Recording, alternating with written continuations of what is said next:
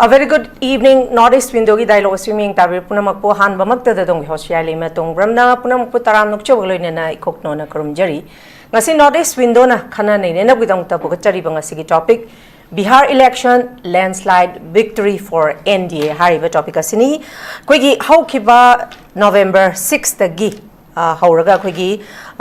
November ki tang taraga mathoi phawba tangkak ani thokna pangthokiba Bihar gi legislative assembly election da hojik phawbada khoigi Bihar gi constituency chaniga nifuga humdoi sibawda khoina ECI amadi khoigi tongan tongan ba khoigi news channel sing dagi phangjaba khoigi trending news ki matung inna hojik phawbasi khoigi BJP amadi NDA BJP ga khusannaraga chalibasina duki matik khoigi landslide victory haibaduni masina namthabangam loidaba maongda duki matik hojik bot thiba makti loidri duma pu yam chauna mai pakpagi mami makhak tari hojik khoina phangjaba pawgi matungina BJP gi khoigi 91 leading tawraga leirambasida khoigi announce tawraba kunthraga nithoi hojik phawda leigre duga JDU gi khoigi 83 leading tawraga chalambasi gi manungda kun 20 me announce tawraga punna BJP gi chamaga humdraga mari hojik phawba leiri aduga RJP gi kunga manga leading tawraga leiramba khoigi masi manungda manga announce tawre aduga INC gi leading taruk tawraga leimbada khoigi ama akhoi mai pae aduga MIM gi leading manga tawrambasida mari mai pakli aduga HAMS gi leading tawrambasi manga ni aduma pu hojik phawda mai ama pakli CPIM gi khoi hojik akhoi hangdokpa ngamdri CPIML gi akhoi ama leiraga taraga ni thoi leiri masida hojik phawda BJP amadi khoigi NDA government ga mai khoi khushal naraga chalambasida khoigi 170 phanglagadi magic number phanglagadi haibagi warol ama thamlambani adubu magic number du dagi hendok lakanda hojik board thibasu loidri hojik chamaga khumdra mari phangduna aduki matik hojik Bihar da aduma lakadoriba chahi kun hena palaga laaba matungsida amukasu nauna BJP na Bihar si adumak rule tawraga BJP gi lenga asi leigani habagi achauba mami ngasi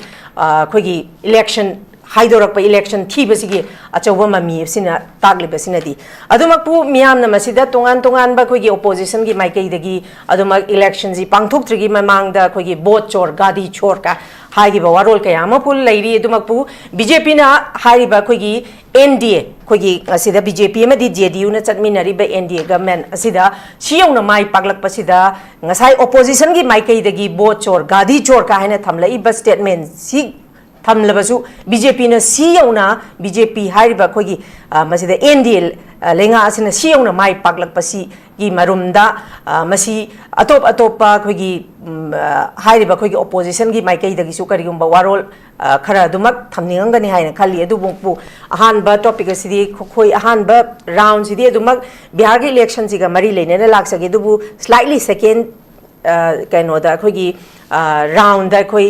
masi kitang Manipur ga amu relevant oina pusinjarake adubu hari bangasi ki topic asida khoi ki tongan ba panelist ahum na saruk yabigani ahan bada panelist ahum sakaminga kona na taksabagi tanjadum tang myang mpham da thamjage ahan bada khoi gi oja ke SARAT KUMAR SINGH secretary general BJP ahan ba makta da khoi gi oja SARAT pu khoi gi studio da ram nokchari thagachari oja ani subada khoi gi oja khetrimeyum santa spokesperson CPIM oja santa busu taram nokchari ahum subada khoi gi oja Dr. 𝗦𝗔𝗡𝗧𝗥𝗠𝗏 spokesperson MPCC khoi gi oja Rabi Khan basu taram nokchari yam nungai jeng asigi asigum laba topic pukachari ba topic asida khoigi tongan ba khoigi political party ahum maki spokesperson na saruk yabi basimaksu duki matik akhoi yamna nungai ba amadi tongan ba warol kaya ama thambigani eduga matam sangna khoigi BJP gi maikai dagi spokesperson amata tholaktana warol kaya asi khoina taning bane du bunga sidi khoi gi oja SARAT na isa gi mamal yam laba matam khara khajik kai thok piduna asing laba Bihar gi election asida yamna chauna NDA government na mai pak labgi asumba tanja asida oja SARAT ma saruk yabi basimak su oja SARAT. Thank you very much for joining us. Gasi ge pukachari ba topic Bihar election landslide victory for NDA hari ba topic asiga mari leina bai yan han ba wahang si oja SARAT talak jage oja SARAT nakalama romda khoi gi hariba khoigi 170 phanglagadi harambadu hojik bot thiba loitu phawda khoi 174 phangli hariba khoigi JDU amadi BJPC pullabam kansida ngasagi NDA chatminariba khusamnaduna chatminariba sida masida mu oja sara ina laksani bidi akhoigi BJPC absolute majority phangbadi ngamdaba ngasagi JDU ga dumak chatminaraga NDA oina alliance orga chatminaba adu masida akhoina sum tajaba matamda ngasagi akhoigi BJPC baisaki sarkar haidana Nitish Kumar gi mamangda akhoigi seat 12 phangiba aduga Telangana gi Telugu Desam Party gi Andhra Pradesh ki Chandrababu Naidu gi seat 12 phangiba sumain tarokanda khoigi habidi chaishu si BJP ki chaishu si hairiba baisaki sarkar habidi chaishu si khoigi Nitish Kumar gi seat 12 JDU amadi ngasagi Telugu Desam Party ani sina support tobagi hairiba khoigi NDA se alliance tawraga BJP si chatpangamli bani haiba warol kaya amasu miyamna thambase oza sara khoi dumak taje adumak pu handak ki hairiba khoigi Bihar gi election si dasu adumak hairiba khoigi JDU gi asigumlaba support se phangdragadi BJP matondana panbasi BJP si sonthare haina lawdoribra natragana BJP gi status se phagatle haina lawdoribra oza gi mata sigi hangjariba warol sigi matungina oza gi kari point of view ka main meeting oza yana laima butha ko chari duga gi marup ani panelist congress ki duga ko CPM gi tabiri ba viewers punamak Bharatiya Janata Party Manipur Pradesh ki maike degi hanna mayam gi apam du thagat chari duga loina na hujik kenuna bem laimana biri dugi wahang du ai pakumena laksage BJP da ekoina to 303 kazaba ekoina 303 absolute majority phangba matam da so ekoi alliance ki culture singakna ekoi punna ekoi ke samin najariba party sing National Democratic Alliance ki chaliba party sing ekoi punna dum sa koi sason pai min nei sakar pai min nei adu alliance ki culture koi punna samina bagi wakhalon si adumak koi atal biari baspai gi matam dagi lakhiba adumuk ekoi adum ngasi wa maintain tawre khanga sa chali masina ekoi sonba natra kan bagi wafam natti ko la aina mayamna khanbi de tasina koina tawjari siga ekoi maya koina pami ba chaliba siga mi kharana sanduk pa siga koi jana da haiji ekoi da matamamada congress yamna sauna kogi Indira Gandhi legi doi matamda 84 da 1984 da to election na moina absolute majority phangre ni paktak na landslide victory ni phangge adugi matamda da ngasi moina junction lupa khongthang aduna moina tawnin saluba aduna maram moiraga ngasi di congress si india gi enodagi leimai digi maru phangna koi mutpa haibi tare hajebe thadi kari noraga hujik leiriba Bihar gi election sida Congress na hujik only one yes amakakka baisha India da khwaidagi leiriba party sahi humbudram hena palaba dugumba Congress party linkhala ba sahi chamena leiraba dugumba Congress party na ngasi kari gi damakta double digit yobungam daba single one amakha karaga lady si kari ginoraga ngasagi koi coalition culture do madu ngana chatabadagi ne se adugi example lebu se ngarang nan hekta election nabi RJD ga congress election nabi adagi kenuga koi congress ka kenuga lepka te election nabi kosan nabi moi yana daba mayamna punbadi manba adu pundi pundaba say for example komla slere komla si maku khoktu mutum matam de loi tonga tonga taidana likewise the mind of dana ngasi pulle magat bandhan gi pulle habido madu gi pundi habi khodam ne moina amaga election adu simaram karigino adubu whereas BJP gi di madu koi coalition gi dharma coalition culture nikhi na ngaga chatpaduna maram moraga ngasi lairiba Bihar da Bihar kakta nate all India gi wina ayamba mafamda ekoi gi chanabigi coalition culture singang na sapedun maram hoga achauba akhoi dem defeat hai tare mahagat bandanda dem defeat karigino moi kadai una soibagi haibabu airport ta ticket jo le khanarakpa india da le praja punamakse loinam gyan tabane adagi moi gi kanu leiba akhoi injan robo sindoksin tarokpa airport ta phunarakpa chainarakpa ngangarakpa punamakse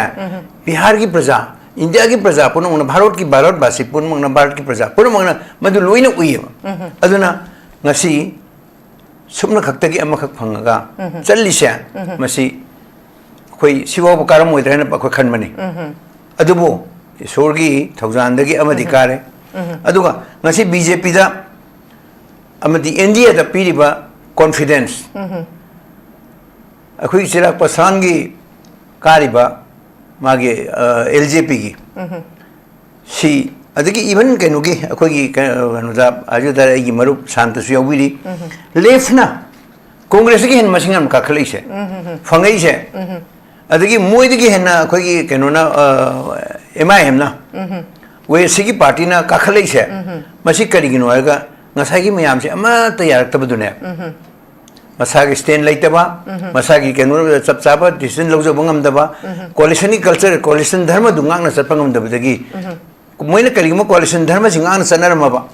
bol election naramdraba moi sidhen phangam ba ba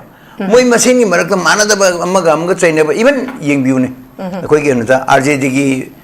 chief minister uni haramba tejusri masin mana homai family ho control to bungam deba lalu prasad moi gi family si RJD si control to bungam deba adagi amaromda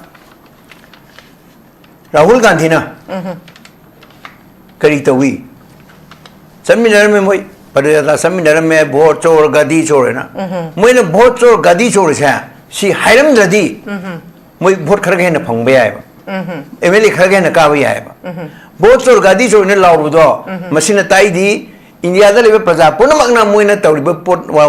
Puthoi बे बहुत चोर गदी चोर है मोवालम दी है बने बा we are not accept मोई ने हाय दो कोई लौ दे मोई ने तौरी दी तौसन न बनी nga ki toksan na bani kalai sakhe moi atom bomb kai sakhe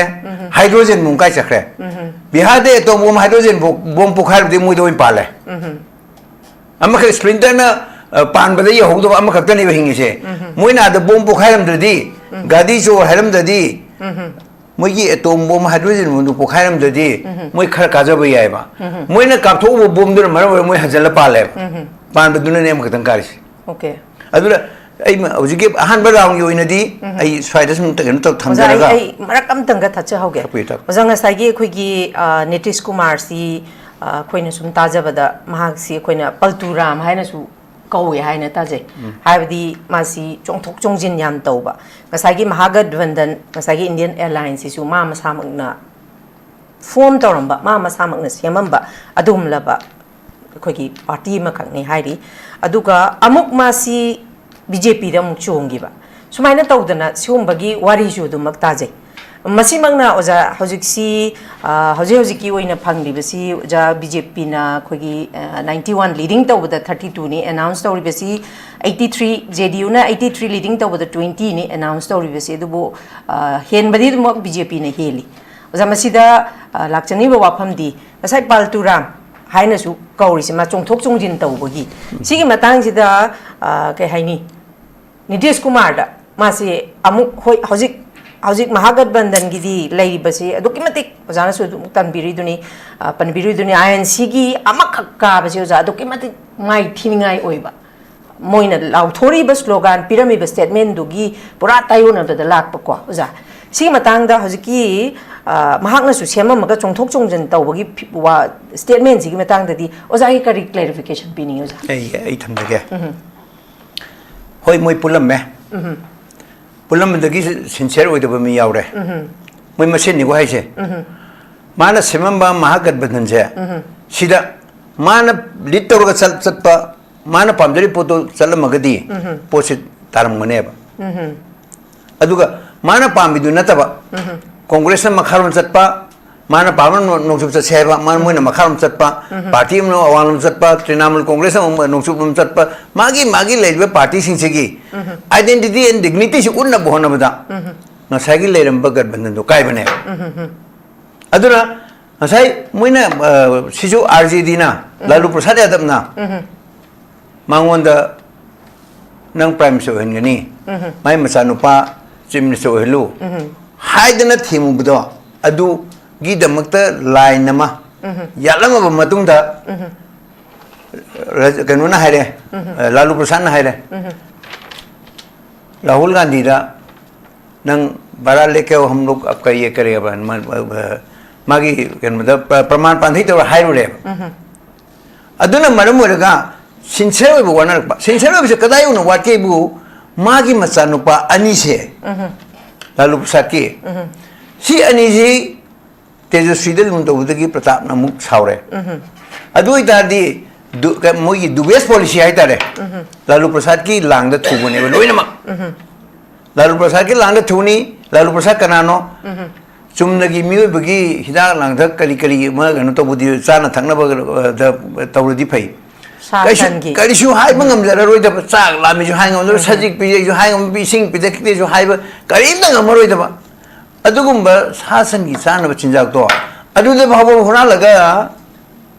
adugi scam da ma je phar ga jail le ne ओजा मधु की स्कीम दो मुंबई क्लियर सिट तवे हाइदर माजे जेल दे थादर पतुंगदा मागी नुपी ना अमुक गनो तौदनगा वोट कसु कारमदना सीएम अमु ओइरमी गोजा अदु ओजानदी हजिक अखोइसु दुम ताजगी मधु की स्कीम दुगी मतंगदा सांगागी जानबा सिंगी करोड़ चनिपान कयानुम ओइबनी ओजा मधु की मतंगसी अमुक माजे जेल द लेने माई दु क्लियर ओइरे मा चेनदे हाइबगी सेंगदोकपा अमदि लेगिब्रा गनोमदि तवेजा मा हुजी स्टिल माई मतक स्कीम जिगी मराद मतंग द केस लई ओके सुप्रीम कोर्ट ता होय मागी थादुक नबा इवन केनो बा थादुक नरिदन को बेल लरग लेबनेबा those who are in Mahagathbandhan दे लेरी कामबु से सी लोइन मग बेल केनो नेबा बेल लेबंग तनेबा कोर्ट मागी लेबेल दिमतिन कोर्ट लोइना बेल लर लेबने अदुगी मतंग दुमा तोंगाना से अदु नैनरदी यम सांगजखरनी एकदम नसलर अदुना केस लोइले हाइबनते मै क्लियर तोरे हाइबनते अदुना हुजिकी लेरिबा लालू प्रसाद हाइरो अदगी कनु हाइरो हुजिक अखोगी से कांग्रेस की राहुल गांधी एंड प्रियंका गांधी वोट खोमो मतम दसु मिट कनु मुक मित्रा तुत्रा तेनी मांगुरे अदुदी गादी वोट का देबा वोट ये कनु तोरगा माय वनसे लगा वोट का दोनेबा नतिनी नारायण वोट टिकट पुथोमगा पिसलमगा थादोमगा हुदोम दादी वोट कानियाय ओइदेबा कैंपेन चंगेबा अदु हुजिम कैदोरे वोट काउंटिंग तोरम दादी मोय मछि मोपा मो मांगरे अदु इतारदी मोयना पॉलिटिक्स ता कया यामना इंडियन पॉलिटिक्स ता भारत की राजनीति दा मोयना कया यामना थावा याउरी नत्र याउदी सिने प्रूफ नेबा अदुना मरम ओइरगा हजि अखोगी हंदकी केनोदा मोयना माइथीबसे सि करिनो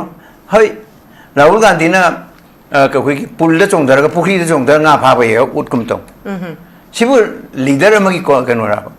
मथौरा अदो लीडर की मथौदी कैनो लेबाक शासन तवा क्रमायदन अखोई मयामसी लेबाक से नुगाइगदगे अगी प्रजा क्रमाय नुगाइगदगे खनबदुनेबा अदुना तदना पुखरी दा चोंदरगा हि मोटो बोरम दे पुखरी चोंदर ना फाबा फाजु फारोय दबंगा इसिंग दुदा nga ka moina chongthari bukhri du nga kamai phaduino adum ba tawbasi mayam si loina india gi praja sing maroina bihar gi praja sing na yade ba yade baduna ninga si kenu tawise dem defeat tawise si ujik lady ba film ja ujik leading ga gi tawga 209 yore india gi ko adugi kenu gi na 28 leile yes 28 lei sigi phibam si da Chuk Jauba mi Saniga ni Pumdui Emily Labor and was Amaka Anika Humka Kabashi si India history the a Chauba and woman eversly. Si Kanal to Hunbano, High Taragadi I heard Matang my discussion gi second part I like Saka. Hujiki lady films the मोइना coalition की even side पे मिला हंगी बतो कोalition की culture से निकती जन maintain तक दबा अमगम खनबा अमगम ओनसनबा अमगम येनबा अमगम फुनबा हाइनिंग बाहाइनबा वोट कैंपेन मतमदा आइगा इबीएम का भोट लेमी नहीं लोर सेबा इबीएम तो पार्टी में पार्टी होगी आई काना भोट इबीएम का किसी सरक बुता बनेबा अदुगी कल्चर दुनदी कदोंगे लेसु कोalition culture ngang Chatap ngamdabani na मोइदा अदुगी वाफम दु लेतबनी ना ngasi कांग्रेस पार्टी ने डे बाय डे नोमगी समाइथिबे लेसिन अनो आई होइन मणिपुरी मता लागा मणिपुर की माइजगे होजिकी ओनि जा हान बगोनि समाइ थमजगे थैंक यू वेरी मच थागतरी थैंक यू वेरी मच आई मखा चथजबोइना ओजारबी खान लाक्चगे ओजारबी खान नाकल मरोमदा ngasi खोगी बिहार की इलेक्शन सिगी होजिक फाउदा फंगलिबा अखोगी अनाउंसमेंट हाइगद्रा ECI ने थादोरिबा को ट्रेंडिंग सिंग सिगी मतुंग इन्ना अखोगी NDA की BJP का JDU वचन अदुकी मते ख्यानगरेंगा संगासागी महागठबंधन द लैबसिगदी इवन INC की से अमा खक्तने होजिक फाउदा वोन तौरिसे मसिदा ममांगदा ओजा अखोगी बोट से तौद्रंगैदा इवन राहुल गांधी ना बोट चोर गादी चोर हाइदना not only in India, even in Manipur, tauribani masigi koi mayam ama khongjang mayam jangjali masida ojada lakjang je oja sarat na haibi ba hairi ba mahagadbandan aina ngasai ojada so hangjabaduni Nitish Kumar masamak na sema magama to khibasi ma yaning da ba khara dagi mafam du da lairubada masi mai pa aroi khangadi ma chong thokpani haiba warol ama ojana thambiri ba masida muk coalition culture si maintain taude haibam su hairiba masimakna ngasi INC na siyauna mai thibani haibasi thambiriba adubu nakala marom da mu miyana mu thamlakliba NDA na siyauna mai pakpangam libasi ngasagi ECI gi Ganesh Kumar Chief Election Commission gi da thamakpada koi masida pathokjarge opposition raised vote manipulation in 2024 da Lok Sabha ki dani ko manipulate tawre haiba ma Lok Sabha dagi demanded CCTV footage biware ECI ne ignore tawre haibam su haire opposition went to the high court ECI changed CCTV retention law from 1 year to 45 days in June 2025 then ECI told court footage destroyed as per law masigumba mayam sina ECI si masagi yamna neutral oina leigadaba asigumlaba institution ama si Modi na leiba adugumlaba kaino amada leire haidana su aduma akoi opposition gi maikai dagi haijabasi thamli asungba statement mayam ama si thamlaga su ngasidi miyam gi mamangda mai pakpadi duma NDA gi sina yam sathina mai pakli ozarabi kari clarification pining ngasi gi topic si yamna singna hargadi topic si ekhoi da ngasi ahan da masi topic ne si ju khangal lagte ado atopa development manipur gi issue sing ekhoi gi tangdu leita da ba manipur gi maram sida nei nagadra khalu yadubo zarbi khan ai next round da laksa ge do bihar gi election lom da ai advisor ke bihar gi election lom do ina लाए anyway के सुखाई दे खाने से बिहार दा BJP अमदी JDU का समनबना यामना साउना मांगजिन थारे है ना BJP ने हराओरी मणिपुर दा IDP मयुम मकई लेतबा मी लिसिंग हुए ना लेरे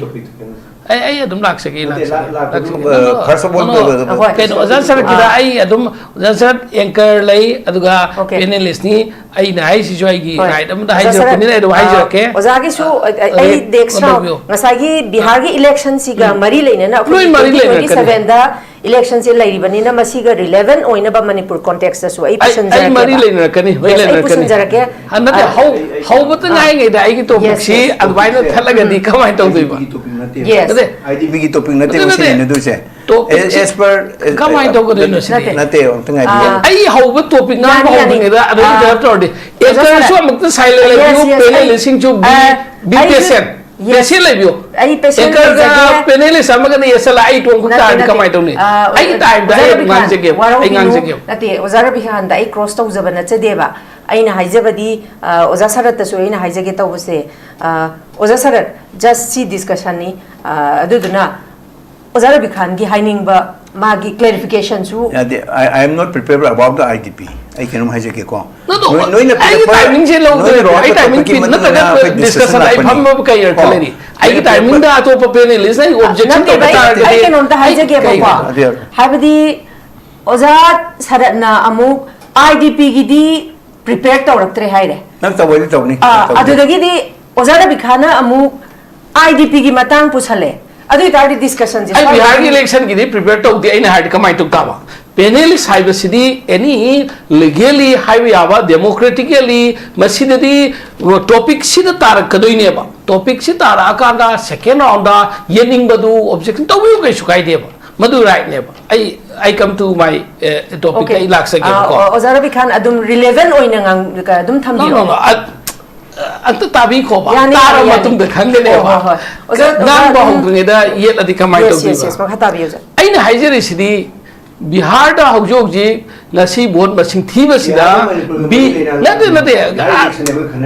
as Manipur ai khoi ba mi sing phal ne Bihar Patna nati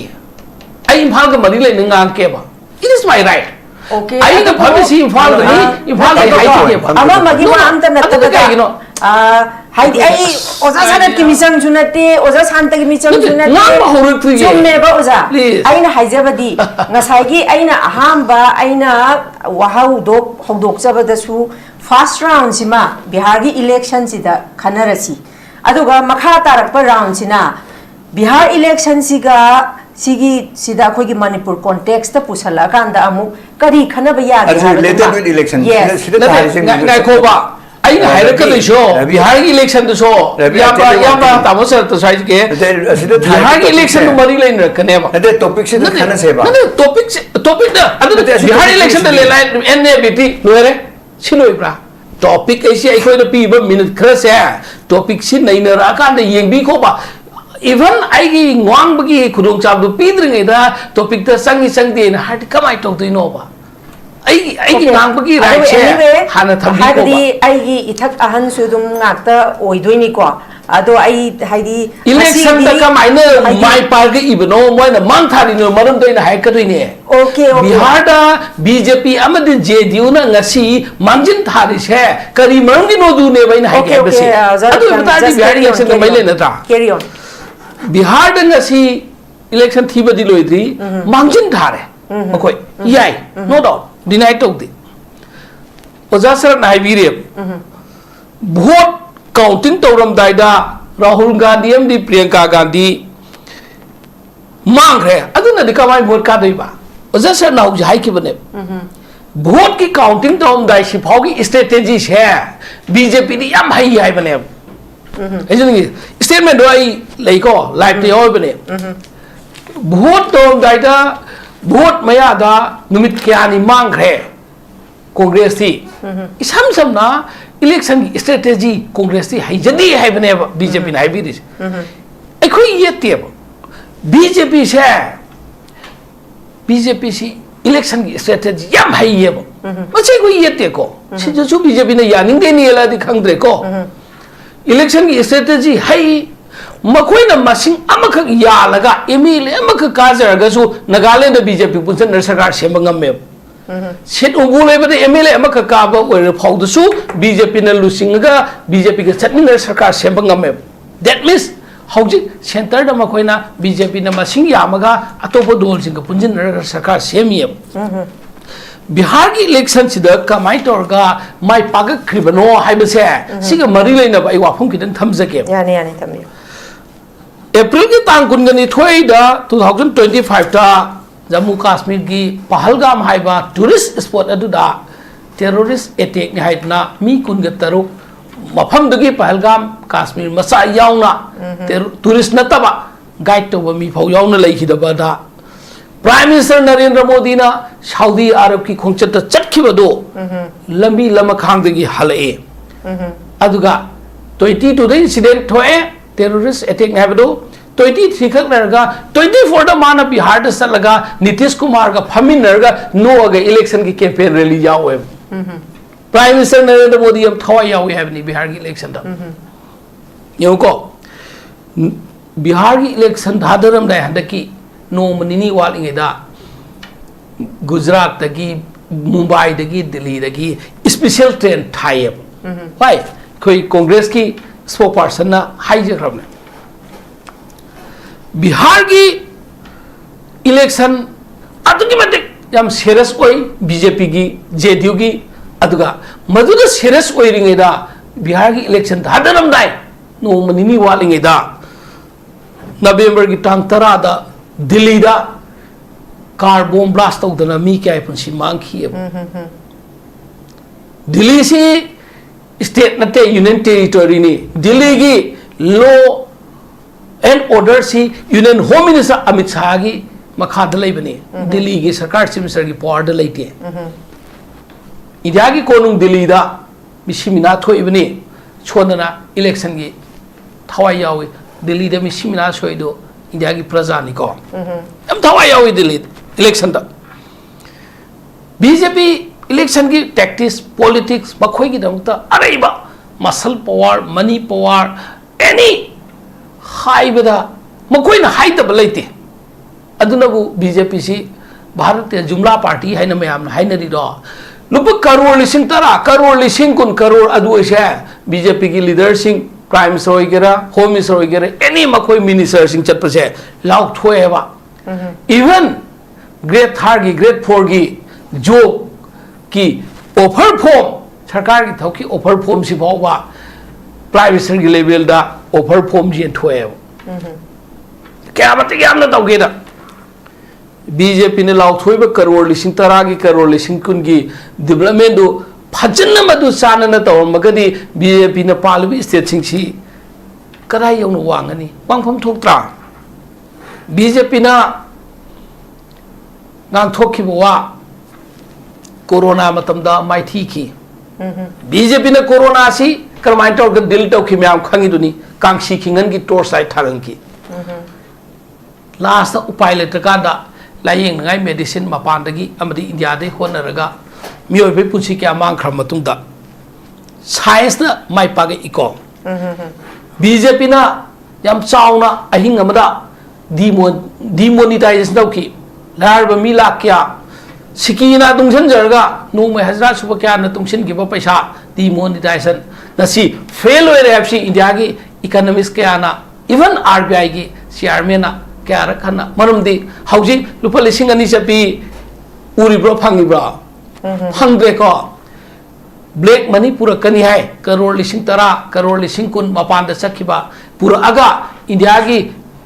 लाइरब प्रजा सिंदा जीरो बैलेंस हांगलगा पा लाख 10 फ्री दा हापनी है फंगिब्रा जीरो बैलेंस हांगसु पैसा दी फंगमोय को बीजेपी ना एनआरसी तौगने खोइन सरकार पारगदी करी योजु फो एनआरसी तौब ngamde बीजेपी ना नेशनल रजिस्टर ऑफ सिटीजन कई की तौब ngamde हौगे तो सनर में असम द माइथी माइ पाकते ngamde करीगे बीजेपी ना सेकुलरिज्म द माइथी बीजेपी पालक पदगी इंडिया दा कांग्रेस की ओइबा कम्युनियन वायलेंस दा मी क्या पुंसी माकी सी कॉन्स्टिट्यूशन की प्रियम्बल दे ओबा सेकुलरिज्म माइथी बनी मदु की इट्स प्रूफ हाइबबु 2014 द प्राइम मिनिस्टर नरेंद्र मोदी हेक ओइबगा 2014 की दिसंबर के तांग 38 दगी मांग हाइकी पाकिस्तान बांग्लादेश अफगानिस्तान दे चंगपा मुस्लिम नतबा अतोप एनी धर्म हिंदू रिलेटेड कम्युनिटी सिंदुदी सिटीजनशिप पीगने न मा लाउथोई इवन ममांग की सही की 2020 को 425 फाउगे दिसंबर फाउद लाख दुसु दुम सिटीजन पीरने लाउथोय अदवाइदने एंटी सेकुलर ओयाइसे अदुगा अमना इंडिया द लेबा मतमदा मखोइना बीजेपी की लाइबुक फमना राम मंदिर बाबरी मस्जिद जजमेंट पिहन खिबा अदुम सही क्या चथको विचार दुदा जजमेंट पिहन खिबा असम की chief minister Ranjan chief justice supreme court ओइबदो रंजन गोगोई दो राय सभा की एपी एमा खुदोन तौइने इंडिया द हिस्ट्री द अहान बनी सुप्रीम कोर्ट की चीफ जस्टिस ओइबा मी सिंचिन ओइबसे Supreme Court to level they chang tadaba post oeba. National Human Rights Commission gi, National Adu Tribunal gi, Natagana, a total oeba. Adubo, Sumagi, mere Rai Sabaki nominee oeba, MP Amada. Rai Sabai member to Hantani, but Nate, Manale maybe talk to so the bargaining torga. Come I like it. Yengu BJP na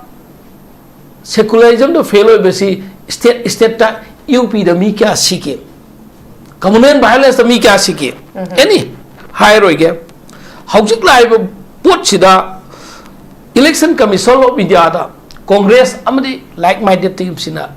both chor gadi chor slogan loud Isika, you know, I'm at them that. Niamana Mapam Kayada, not the Gana. Mi chamagi chanigi imung ki house of the palamba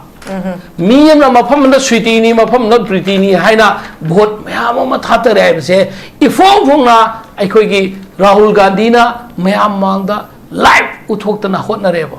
adugi mathakta amaka Bihar ki deputy chief minister masamang admit to khibane ba magi vote election voter si constitution ani de yaw ba kanda Aimadu Amadi Kona withdraw to high crana election commission of India so cause notice Hakpagan Makum criminal. That means Bihar Sekumam Unariba Sahi Mamangaki Bihar Sikarino Kangeb Bihar Sida democracy Kramaina Masak Pazan Brathian Best the higher again Miki State Amani Tautobu Bihar metric exam the Kamaitawi Bihar MPCC Moigi Bihar State Public Service Commission the Kamaitawi. Hybrid in the Kangareva. Bihar bu Tongan Bell Mawong the Bihar Urisha, Masi Shemdo Puyagadra Haina, Yam Kana Congress na Amadi Atopo parties in Honabado. Yes, it is Namdibaseka, you know, Haimatamda, election policy the BJP Yam, Hen by Hishing but the neighbor. Adugo BJP my pa Habiaroeva. BJP na masing Pangsha, BJP absolute my pak panate, BJP na nga two ten turaga, Nazaraga, make local party na my pak put the BJP Samson Nabaneva. How you atop state in the cho BJP na absolute pangdana, BJP na Sama Pangro Sigisi, Sam like Pangrava, Chani Pangrava. Adudi BJP my pak panate, Magi Riznan party move in Wakalapa. Regional Party movement Wankalapani, Hauji, Nitish Kumar say, Isam Sabaminate, Ha, Ningtaugi Masina, Haina Ribani, Nanganga, Nitish Kumar, Kaido, Kadagam there, Hauji Adna, Magi, Regional Party Wankalapana, BJP, centered the Samson Nerva, the Kudung Saba Malorga, BJP should set Minaba, Nasagi Atabu Use, Arupa Jopi, or Minerva the Gay, Arupa Jopi do so Tauraga Sapangam Meva. Patkinrava Tindo, Naton Sabi the Pakpatindo, Laiga Marupurga, Govinda Jitabon Cabo Pangiduni, BJP, my Pakpani Hypertargadi, the Singamaki, Aranbani, Regional Party, movement Wakalapa, the BJP, centered the Samnur Badugi, Kudong Sabam, Malobani Hypertune. Habidi, Quiggy Ozarabikana Tambiri saying, as I get into Tamzava, Habidi, Besaki, Sarkar, Habidi. Aduni Ozana Habining is a Masagi false promises, Mayama Matauragasu. Still, Ozana Habiri is a BJP na false promises, Mayama Matauragasu, Nasibo, my Paibasi, Hari Babasaki Sarkar, Tongan Regional Party, Singapore Tongan political party, Kuntraga Mapan. Na punlaga sa mina bani high kwa Congress in Matanchabrane. Yes. Adi bata masida sabi imanang na chokre da higal dunia to. Masida kwa aina Ozara Bikhan the cross tau janingi di. False promises mayam am laire. False promises akoi gi Bihar gi si makoi gi constitution na amaga yengnaruba matam da khoi gi Manipur da gi hena chawe haibne za kwa. Makoi gi si assembly se chepula na 243 ni areas in 94 lakhs 163 kilometers square ni population is 127 million ni dokimatik yang raba per capita income si hana 62,200 ka wan le rambadagi housing port tangkhalapa khokalapa gi matung ina per capita income su wangkhale 69,300 ka 21 yaw rabane ba literacy rate su rural amadi urban da yengnarubada Karamakti Pagale, Nupigi, Larictam Bagichanti, Dumak Yam Handana lady. मसिदाइना ओजारा बिखानदाइना cross तौसनिंग से ngसाigi khoina yengjabda hariba national party ani se ngसाigi in Bihar hariba khoi India gi context te yengsu Manipur gi context la ga su allegation tawna basinga tane bauza ozana ngasai dagi thambirami sisu makhoi je fall promise mayam tawga su moi pai si gi marumda kari gumba khara di leiri habane ozana thambiri je ngasai na su dum pa thoksari dune ba bot maya da nupi mamam da lupa lising therapy ka habji how far yes hai kam adugi wari du su dum tajai ba adu still ozana di kari ba bot si niyom sumna ka ba natte sine bo ozana thambini se clarification je oza chida masi aujiki election si ekoina free and fair election to be you tawgadabani haidana madugi da maktane ba ekogi congress ki lusing ba Rahul Gandhi na fit tarit wangba file pukhalaga election vote chorgani chorgi tawri ba poche sida Bihar da angakpa phangna aran ba tawri puthopane ba adu oiraga su election namfu da tawkhre election commission lo mediana election namfu da tawon khre ba adu oiba targa di kramaina achumba puthokpa se matam khitang sang bane aiko achumba puthokpa da matam khra sang ba se aiko khalmin na si Bihar gi niyom du yenga aiko na ide mafam amda state amda vote ka badu ki purpose du khakta na teba praja ki seva to bai fe political party sing ki purpose budi vote ka ga power pai du pamangani si BJP na akhoi ga satmina ba kangu ga akhoi ga masing ya me na Bihar da mai pai na harau ba yai adu akhoi ni yeng budi India pumba santi leiba any pining ba dol pai je sunoba India pumba saukhat padu idea ne ba nasi Manipur lekhom da putharga Bihar mai pai ga harau na TV da ngang ga dong ni pa do ai din na tem ai point nta tan sake okay oza ai next round di la ka dor bane oza santa ai hojiki da ai mo rabi da oza santa ai kau hi ni ông ai okay hojiki keno da thambiri da election commission of India the HEEYAI da tawrise primarily khoi head ground da HEEYAI gi authority se kanana bu booth level officer se si HEEYAI represent taruga HEEYAI polling booth la toine ba belona then aduda chummi na ta la li ne yen du se na ta achuma pu thok tu se madu kanu to supplement taru le se belena congress ke jo booth level agent any party ki booth level agent mom lai duine high level booth level agent sing se sina pullaga nainaraga khanaraga tawudam thawsi congress party ki BLA mem se kai sakhaliye ba kadobugi kanu da commission da taina duina wa akoina wa harakani moina kari ki BJP na ngang na akoina ngang si di atai nate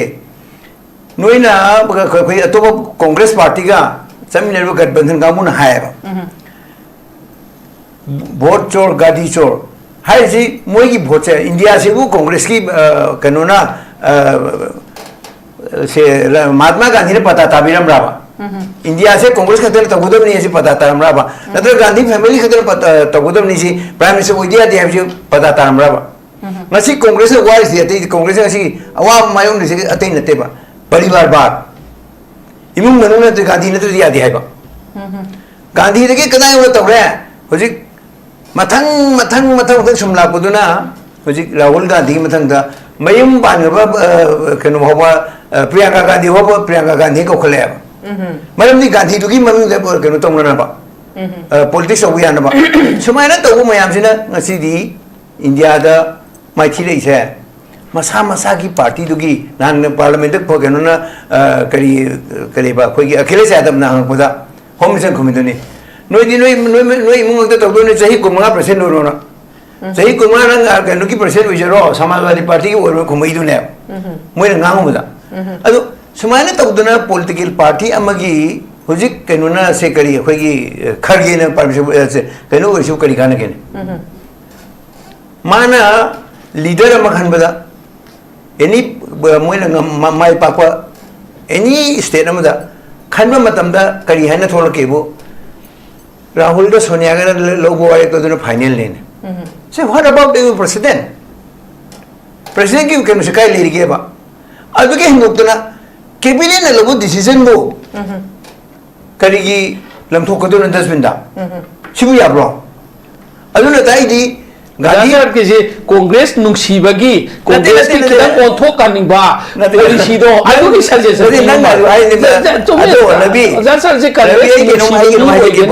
aduna Congress ki polisi da mana to budu mana Priyanka Gandhi Bhadra hai bani da mo for your kind information adu mi se tamo ki Sarat Chandra na sang iba matam na mayamna Sambi kwak Sarat adu adum pupuro Mapok to makurapa sa creek so kamu doon nga tadi ay mahagi ko Noy Rahul Gandhi je ako election Manipur election to di mas tuwi lap yo hayo ni lahan biyo na noy wala mo to kay no mana chalu mo noy na sarvana saya ba Bihar chale Bihar to me any state sa noy मंत्री कांग्रेस की मंत्री ने बाप गनो रंजना से कर्नाटका की mean अचुम हाइजबा नोइने तौरिबो थबक से चुमदे अखोय कर्नाटका दा अखोय सासन पाइरी कर्नाटका की मशीनरी में हम हजिक बहुत इलेक्शन नोइने गनो हम अखोय डीओ री अदुगी आरओ री अखोय की खादा लेबो में हम नोट तो कांदे दा नोइने मिगोन के वे हा दुम बदनाम तोनो हाइले बुदमक खुदक मंत्री रिजाइन तो उनके हाई बाबू तो याद है शेक तो उन तो लेने वा दैट मींस मागी के दुका का में राहुल गांधी की पावर से कहीं no he is only opposition leader party president decision लो तो न तो सिटी मा अदुना हतती कोन की से नामोसु कांग्रेस प्रेसिडेंट और मदि तो खेलो से नहीं इधर द्रमा लाइर मेन हम पुथोन रहिना अदुमा तो ना अंदर की बिहार की इलेक्शन जे सी मतुंग दा मा मुसु एलोपी से तो खेलो माले अदुने हो की से तो भी दे बाबा हम डिमांड लीडर हो तो कोई काने इंडिया दा गांधी फैमिली ना तो को कंट्रीब्यूशन दुदी तामोस दुम एक्सेप्ट तो गनी महात्मा गांधी पंडित जवाहरलाल नेहरू अदु गांधी गांधी नदी से राहुल गांधी जू प्रियंका गांधी जू सोनिया गांधी जू इमं दुगी मी अहुम हौजिक लई रे बा तामोगी नरेंद्र मोदी दुदी मागी खानदान मसा मसु अम फौ लईत्रे बा अदुना मागी दी मयाम the सिंदो Prime Minister Narendra Modi na yam thamoi seng be integrity lai bordi 75 years surga de mana ato BJP ki leader kya force nam na 75 years khol limit noi nam sandui Karnataka ki Minister BS ye di Europa ka maina na thon ki अगर कि L के वानी का mind और retire town की तो आई आप लगे रवि मूली मनोज जो शिका माइंड और याद बना ले लेबा रवि अभी तो क्या है तो की को स्माइंट तो एक से ग्रुप से के न तो रवि ने भेजा की तो लेबा आई पेनेलिस्ट अमा गेस की से चाब पीसी आई कोई अनदे मतलब ममा ताहुम लेबा ममा ताहुम सोनिया गांधी राहुल गांधी प्रियंका गांधी होय लेबा सी हम से कंपाइन दिया देबा एमपी इंडिया देबा सर आई को तो जरगे होय वीडियो सकी तो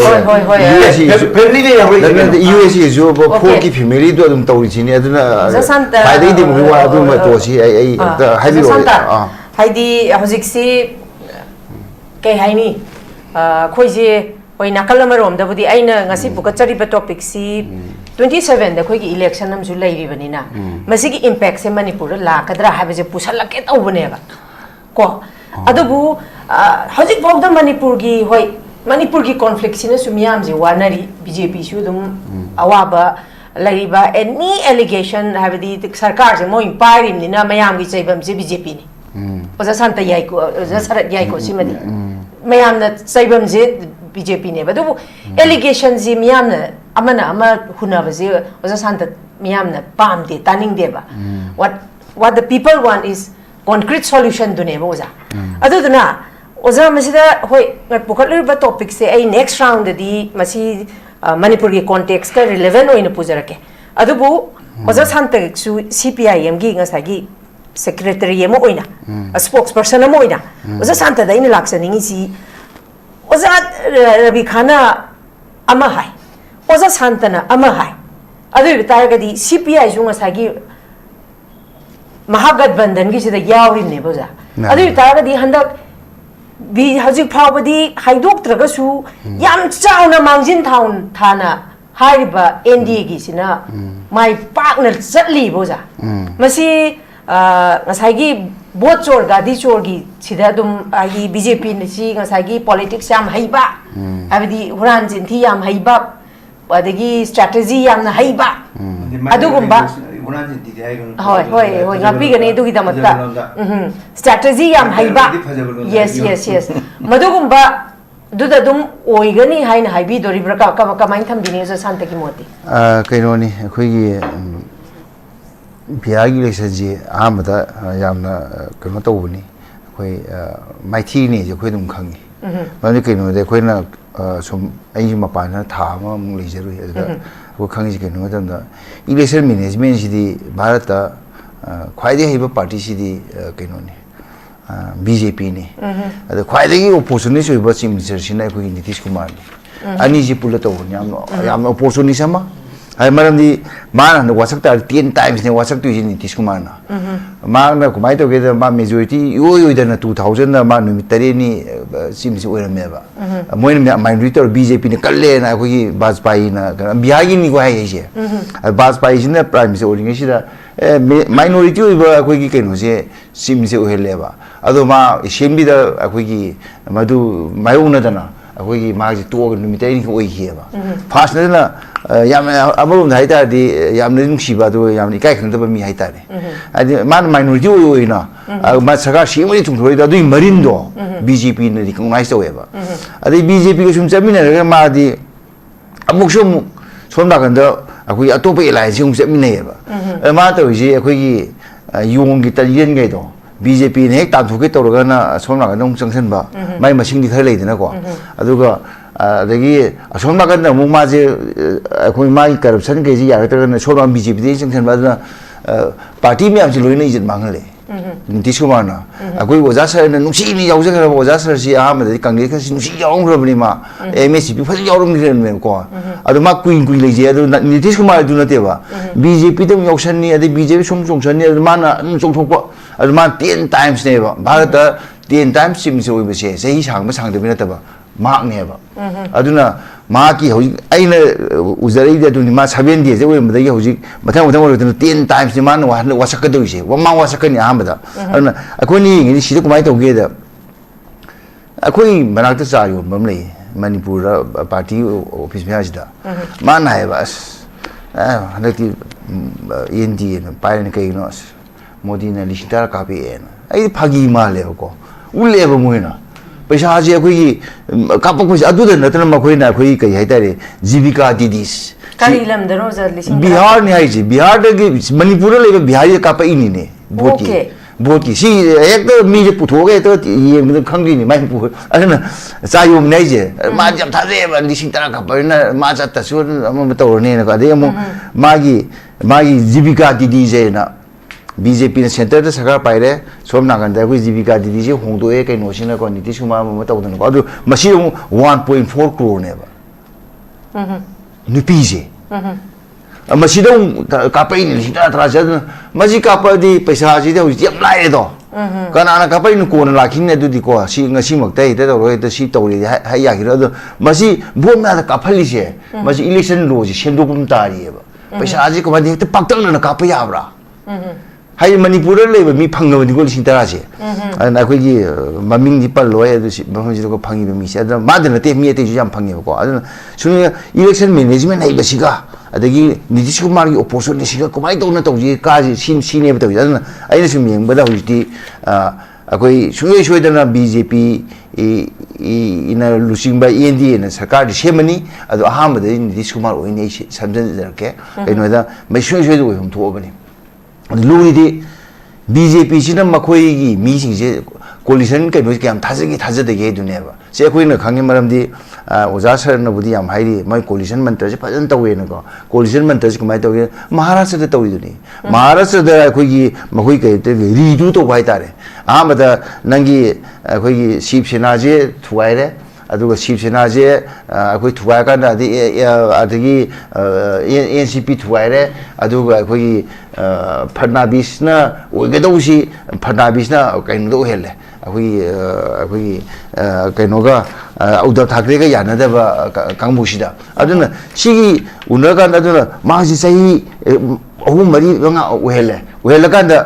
अमुक्सु मथंग इलेक्शन लाकांदा बीजेपी नदी दुम heli मोइदगी अदुना मथंगददी मार्क्से अखोइगी लोथोए nang yaroi madu da ji phra kan khangje ko akhoi kai no se gi sibsena gi lusing base ya de ai ma jo opportunity so ro ma to ro BJP no to du lang ji de kai no da Nitish Kumar ji lo thok pusin ai ju pa me Nitish Kumar ji tha khara oi raga ma na da sahi mo raga BJP ni sin pu do pa ma ising ge thau do sumna to ro pu do pa me ba ma ni kai no da Nitish Kumar ha do pa me Nitish Kumar ha do ning bi tan ja je handak ti phang ye ba kai no matam da Nitish Kumar gi BJP ni am phajana hangdare aduga Nitish Kumar na paswani macha si am to raga chama ga akoi gi khara akoi kai no na chani ga khare na paik pa ya bi tan ja se lai bo ja sa aduna kumai to ge da si angga si ne ba akoi na pari dinga sai kai no si ni ko aduna BJP gi chamin na ba coalition kambu se tam na hatu e ba tat to los manipur to usiri manipur pal ka dui di ko ha pa dui ni ko JDU du pusale JDU gi MLA mayam du makoi yaw do phang de mati am de pi de adagi akoi gi yausang gre ko adagi ANPP du moi tai ni ka jai du moi tai tu am ta ka moi ha to e ma chamin raga ha to ko la ha pa si BJP jam hai ba ma si akoi Nitish Kumar si shu ha khne na ti kai no da ma je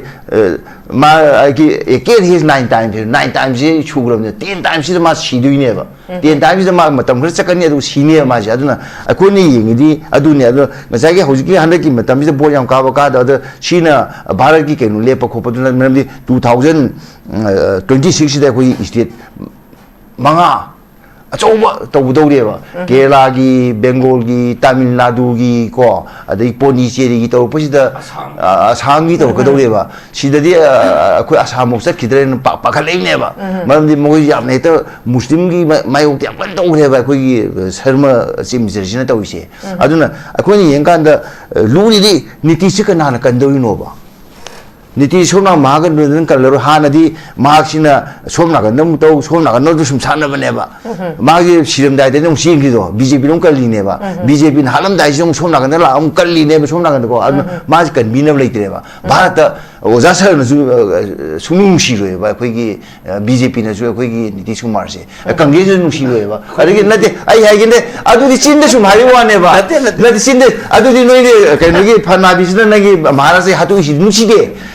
noi nusi de Manipur chabi na party du no hoi party loi holi su nusi brai ba nati ai hai jage ba Manipur chabi na ba JDU gi kangbu du loi na mo yahol laga BJP odo bo ngami jibu JDU du nusi rai ba JDU hai na tro Manipur ha Manipur pare gi ko na nusi du sum hai ja bane ba machin nu si ai bo ani machin na koi ram pung sori du moi to ise adu sori du na Manipur JDU je pa la hat si ne ba chijal laga ko adu gi khwa se BJP ya mai ba adu ne bai hai ja Nitish Kumar je ma sungi ngoi Nitish Kumar ha be ko ju pa me kari no handak se Nitish Kumar je hat pangam do ri ba ngam ne ba ma tha khare na tra sei ma di pai ne ba adu ma tu ma hat khre ne ba ma di ma gi kai no se ma gi RJD kai no JDU je tang khai ta thok khre ne ba na tra ga kun gu tha lau khre ne ba adai di ma loi re ozagi speculation ate it was done in Maharashtra nang sibjana gi twice di AGP twice di si khudam ne ba koi hais di ai to sanno te akoi na ngang si di ko statistically history doi de oja sar na ko tong de ha ru pode mana ai to wai Manipur example da JDU je ta li si mo na thang tin na ko aduna haijar ke aduna si ji am na ngai si di am ngai oja sar ko aduna Manipur example pe pon ko Manipur gi discussion na te adu Maharashtra gi BJP ke no gi la ko si aduna ngasai gi akoi Nitish Kumar chathi bai si di Bharat ke rajniti gi achauba kai no mane ba masa chini shu shu dana marli kai no ai matam da ma to ri se ani muk cha ba chi ya bra bi yung ni tanien je kuina tamai dana ko kai no di rabi di khang jo ja sa ro di pi ni da ani shu ba hum ju ba mari shu tam ba yung ni tanien tamai ne ba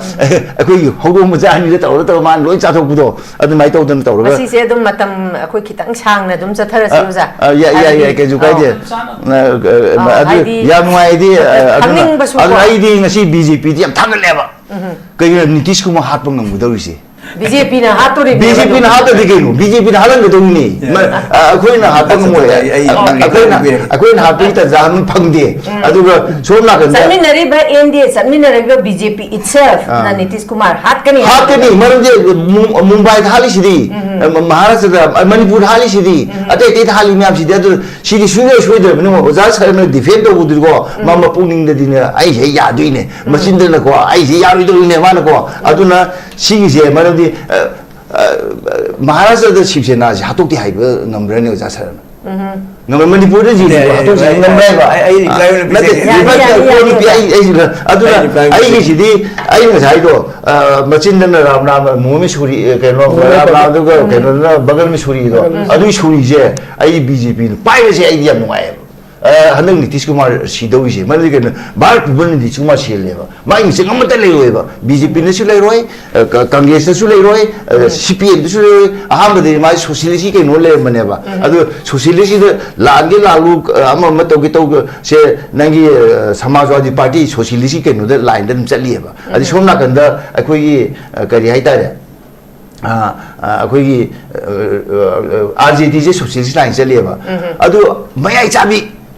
nupi le me mayawati lo mai politics ke lo yi do sa je mayawati ta do ne Nitish Kumar je ma na mu mayawati ko ai do BJP yong se mina ba Congress yong se mina ba to mi ne ba do UP ma hu sim se we adu Nitish Kumar tarara ni ma khare nei bi tarara ne ba do na ai ha ba si dai raung se ya te tang tham je ge Nitish Kumar si ba se hin ne si bu ni ko mai je adu ma si dai na yam nuai adu ga NDA na ke no to je ma si ma ka ji to bu je ai yam nuai ma ni ke no da Nitish Kumar si na be so ma sa ga ma ni ha je ai phar raung tham je okay oza sarat taina mulak chani se oza sarat na su dum oza na thambiri bisigi clarification pi ge na budi thambiri ko oza sigi clarification se ha na pi biro aduga ai cross samjara khoi gi ngasai 10,000 copy khole na moina allegation pulle hari ko za allegation ma tawli se ate uchu utkani mam di ain ne yabo mong de ne ba copy se election law thuk tenge da election law thuk tenge da copy ne khudi ko pesa already court results ke shuka ade du kana da point ai now coming to the point sagi Shiv Sena ki Bal Thakre se khangbi ko Congress se machin de pan bada nimituma chakcha do mi ne adugo mo Congress to ga Bal Thakre ki machan pa sarkar semne ba Nitish Kumar da mamde Congress pan bada BJP pan bada chakcha do yam na hai bani ma so dai ke no dai ke sai bai nate aduna ngasagi Congress ki enuda NCP Nationalist Congress Party se karamai to sim ki jai santa di nengsinga di khanga kani ai hai ke ai za sir na ngasai ngonda topic ta yenga topic ta satpi ai nasi Bihar ki election ki ha Maharashtra ki Shiv Sena ki kai ki na kamai to doi ba palai si sing ai ngasai wa ngang pa kan di topic to ina topic chang chaya ba reference bi ma tam da ai maru masi palai si na di no ni Congress pan bada sakshat dia ko Sir, Thakre ki noi na haira noi ni noi mention to pagi ni ai sing ko sa lo ge de ai nga sai nga ma ta topic ta sa ti ni yet ki ko hoi adu topic ta sa adu ai na topic to pire do hajik second on topic ama happy yo ba kai ai hapsa ge ba second topic na ai ozara bikha anchor hai ki kana second foreign against debate to na haira du di sanda sa oza sa na do ka nam thingya to no ai di reflection bi ade ba ai ke ba hai je ke ba ai di to du ni no ai masida kanam ta ki misang laite ai kanam ta ki ai michang laite pokhali ba topic sida abidi wa ama ngang na rabni ngang ba wa sida puthok na rabani na madu ki clarification je cha sai me hai bi give do second on the Manipur ki sector la kane where is Manipur sector second on adu topic to PBO Manipur ki topic PBO ekoi sa hamaga topic PB hai na asikang nai na Mumbai ki Bal Thakre yo diya ro Manipur topic sang bi Mumbai ki sina nga sa gi khoi ki only one line clarification is enough no Manipur की topic चंगी ऐकोई Manipur का सी मैचा का रवि कमाई तो दुनो Manipur topic चंगी एक का नहीं कि बंदा तो Manipur topic चंगी आई ये एग्जांपल पे पड़ी हाँ एग्जांपल बिहार के एग्जांपल में कोई माय ये ना दना लेरगा दी पुंजु सुम हाउग्रनी हाइनिंग बा हाइ सुम ता हाइबन नंग हाउरा रोय अदुगी सरुपुदी मारे ये ना सेकेंड राउंड की टॉपिक पे भी हो एक सेकेंड राउंड की बाबू हाई व्यू पे क्लैरिफिकेशन दे पीडिया दे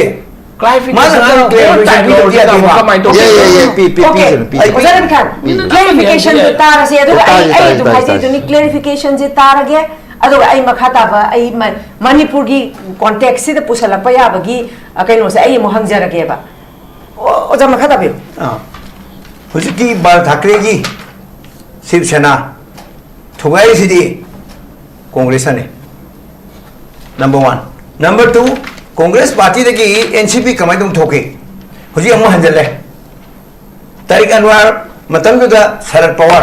कांग्रेस के कन्मी ने अदगी पीएस हंगा अदुगा तारिक अनवर मुस्लिम अमा हिंदू अमा क्रिश्चियन अमा अहुम तोरो थुगाई बनेबा कांग्रेस तगी चोंथोइनी नाउ नोय कांग्रेस तगी चोंथो मतम केमता हाइदबा कांग्रेस तगी अमुक सेरान तुरान तौरगा चोंथोरप मतमदना हुजी मेंशन तौरेबा अय अमगा हाइरगेबको ngasai Rahul Gandhi na Lok Sabha election da khata pine na UP do asaki bido huji ki UP ki congress office ka thingi ba Canada Muslim ki nupi sing da moina pine na commitment pi ki la thoki ba Rahul Gandhi la thoi ni se adu mine la pesa piro na piro namdre si sigumber force khoi commitment pi bisi kari no why सरकार पारे दी पीनी है बोलो money हाँ सरकार पारे दी P सरकार पारे नमदे अदु इतादी पीदरे हंदो अखोई लांद्रे प्रजादर अखोई लांद्रे जे हाबियो बा सरकार पाइदा बदा पीदा बदा मसी जनन हेक्टर रुपा लिसिंग तरा लिसिंग तरा कापी पीनी है लिसिंग तरा कापी से दरकार थिंगोने कनानो त सि कापे आदिना थिंग दी योगी मतु इना नेबा अदु करप्शन तो वे अदु तो रात में हाई हाई हाई गनो अदु अम्मा आई ngasai करप्शन नहीं पंगी देखो आई पैसा कापे है करप्शन पैसा कापे से कहीं नो बात नहीं पैसा दी कापे करप्शन दी पंदे पैसा कापे है बने नदे अदगी हमको मैं नाम याम कन्ना कोई गनो दा हाईबी की बिसे कनुगी कनुगी कोई महागठबंधन की चीफ मिनिस्टर कैंडिडेट से मा वोटर कार्ड से अनी पाएगा को चीफ मिनिस्टर कैंडिडेट से को मसाय अखोई की डिप्टी सीएम की हाई गिबदो मादी दई तो के हाई गिबा वायरस होजी कनुगी महागठबंधन की कैंडिडेट सीएम की कैंडिडेट से तो के हाई द्रीब लो तो के आई मेल तो के हाई देबा मरमदी मा की साजन बनेबा ओइ जब ngang बनेबा होजी हाइरे इसियान हाइरे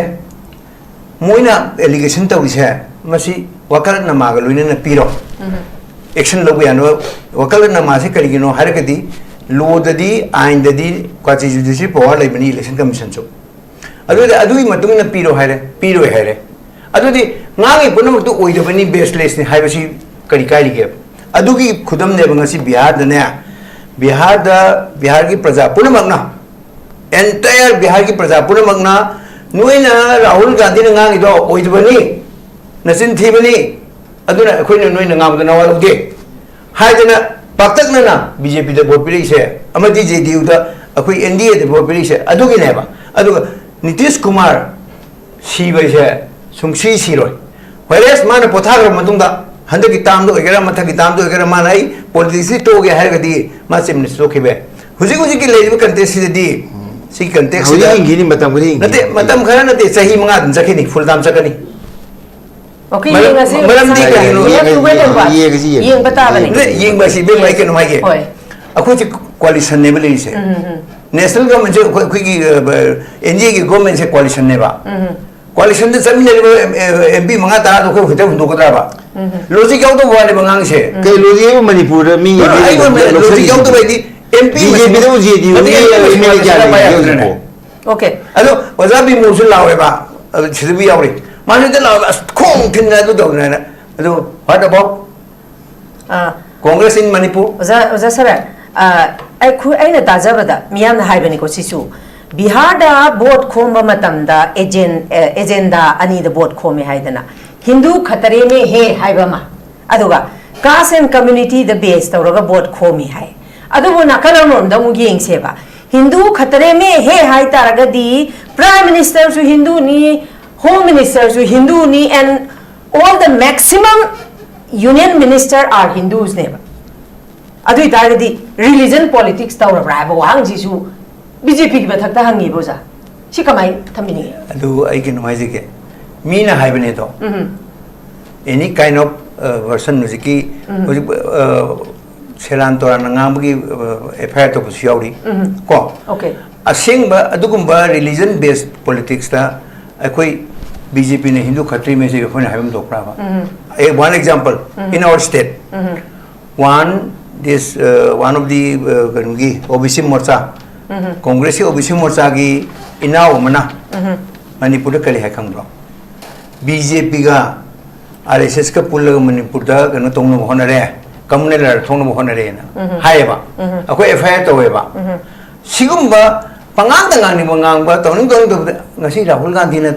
तौ फिल्म चुम्मी बरा हाइबा मानंग मा सुंगानी तंगांगी ngang me swai mangre ngang me swai mangre मानंग आगे फोटो फरे नंग अचुम बने दे नंग वकल न मागल वेन पिरो अखो मदुगी लखरम थोबो एक्शन लखट के हाइबा पिवे अइले ngang से कनुने हाइबा मानंग आगे लोराबा मानंग आइन लाबा अदुने बजु तौसे आनी मद ngang ni तौनी तौनी अदु तुमिन नै थोकनी मांगिनी स्वाय सिबु अखोइना हाइजै दि तौरो फरे नसा इन हाइजै गिबतो बीएलए मसा मसा की पार्टी की बीएलए सिंग दो थाजा द बुदगी निंगसी गनो द बिहार द माइथि से बीएलए से लेवल लेजन हाइबने बा अखोइ पार्टी ना हापतोनी बीएलए 1 हापनी बीएलए 2 हापनी पार्टी ना हाइबो बीएलए की मथौ से करिनो दु खंगदे बा राहुल गांधी ना अदुगा कांग्रेस के लिसिंग खंगदेबा प्राइमरी से PLO इलेक्शन कमीशन की रिप्रेजेंट तौदोनी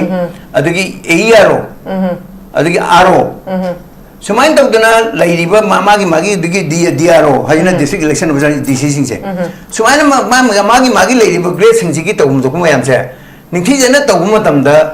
हुजिकी बोट चौगादी चोर से हाइवेबा खंगदबदे हाइनेबा मरमदि मागी गनुदो BLA तो थासे दे हाइबा नत्रो सोनदना अमदना वाना होनरी लेकाय मी खोमना नो बचै तै बांसु हामना बखोना बकन होनरी BLA सिना असोमना कदना कैमता आइडिया लेतबनिना दोंगला न थोमे कोइ गनले तौद्रेना अदु BLA सिन सारुक तामत्रो मागी वाकर न तौजरी पोतो सारुक निथि जना थागत बिबिमदा थाजदेना माना लवायद थोमदि मीदुदि करि खलकनी अदुना मरम ओरगनि बिहार तुरिसे BLA की मथौ मयाम से निथि जना तौगी मोइना एक्सेप्ट तौदेबा राहुल गांधी ना पांगांगे पंगलाउद लावेबा BLA मथौ करिनो ओजा आई हजिक मणिपुर की हाइदी कॉन्टेक्स्ट को हाइदी बिहार की इलेक्शन से मणिपुर करी इंपैक्ट लाकदगे हाबदी अखोगी 2027 द इलेक्शन अखोई हजिपुदी प्रेसिडेंट रूल लेरी मियाम फ्रेश मैंडेट अमसु पामी पॉपुलर गवर्नमेंट अमसु दुम सेम ngамदना लेरी अखोगी चप चाबा एब्सोल्यूट मेजॉरिटी लेजरगसु मसिदा मणिपुर की कॉन्टेक्स्ट लाकांदा ओजा हाइदी चाही तरागा मंगा लिसांग सिना कांग्रेस ना पालम बसिदा कांग्रेस से पामद्रे हाइदना पीपल की मैंडेट तमो बीजेपी से लाइबक येंगसी हाइदना बीजेपी द वोट पीरे हजिक से बीजेपी की हाम फर्स्ट टर्म दा कोविड की अचौबा कैनो म लेग्रे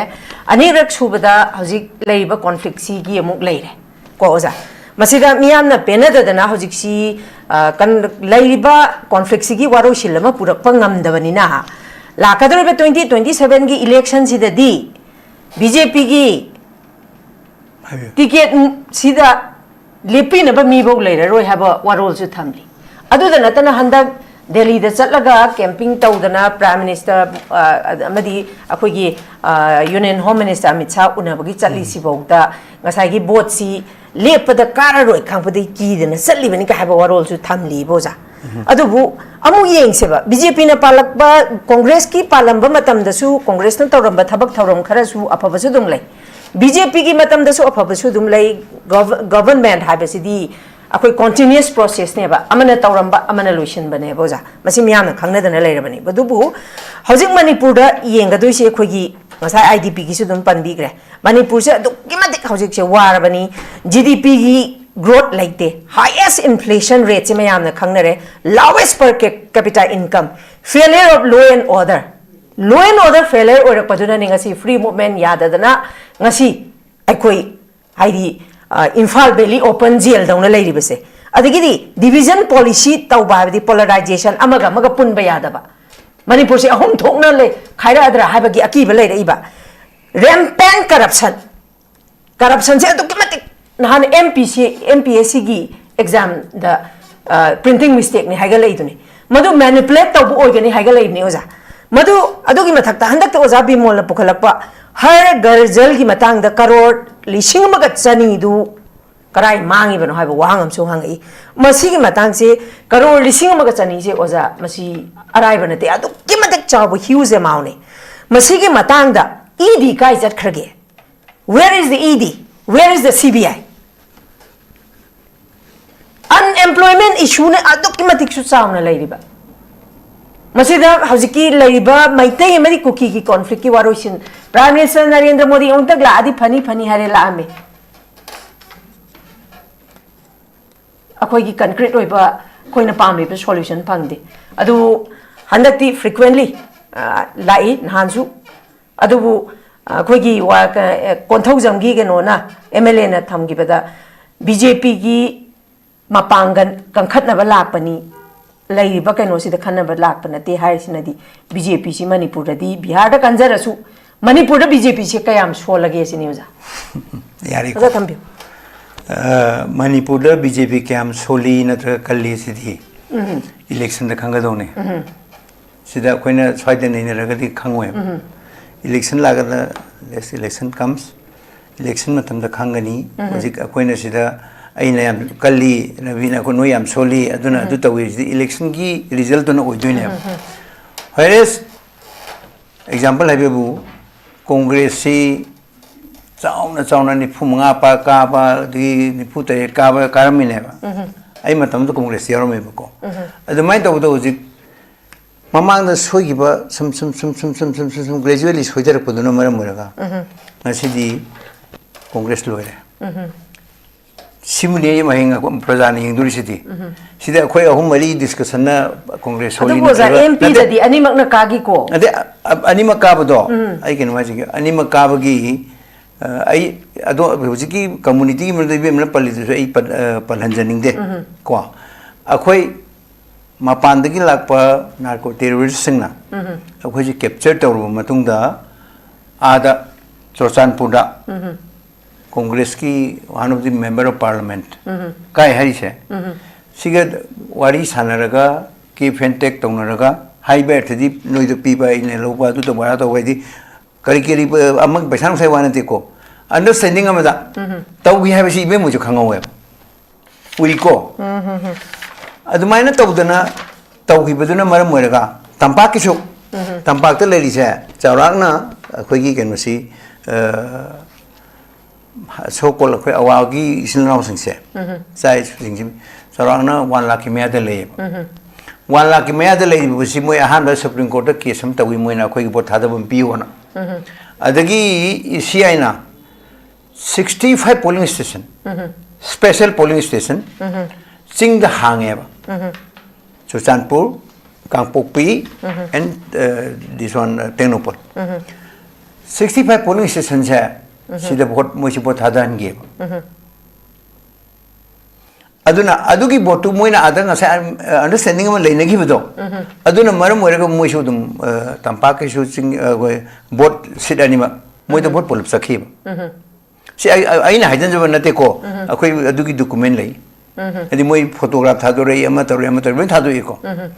अदुना मरम मोरेगा काकी बिमना काकी दु चुमेबा I agree with the point अदु होजिक लेरिबा सिचुएशन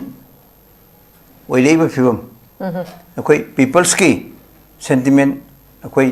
होजिक मक्सी मणिपुर दा अनोब सरकार म अखोई थु मतमदा लाकनी हाइबगी एक्सपेक्टेशन लेरिबा मतमसिदा अखोई आई अदोमदा दियम ससनिंगदे हाइबदी अखोइना पामिसे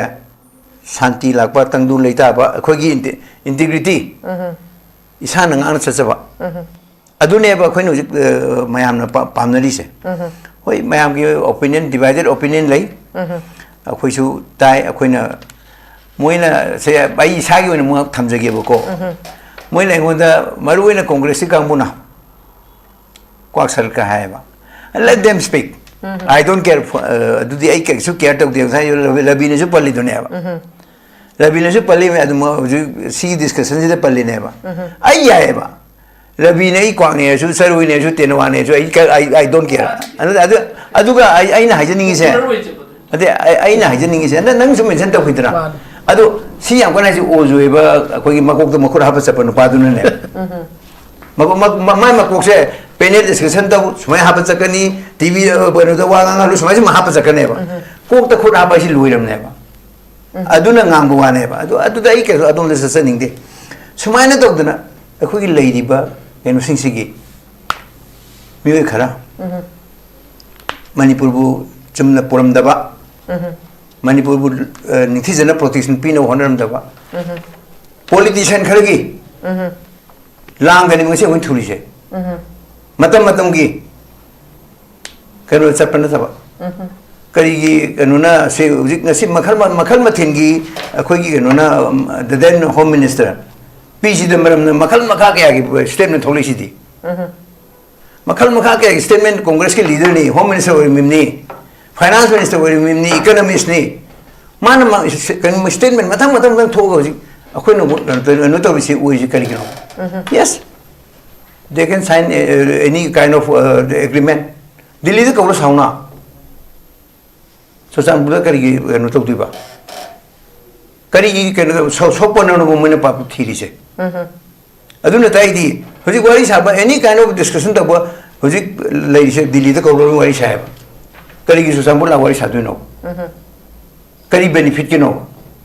So that is a problem. I think yam sauna adugi maram da nang jeng de BJP should bill can we la madam cycle so as a board mo ane moi ga khari nane na uje ki wari sabna mane ke agreement gi wane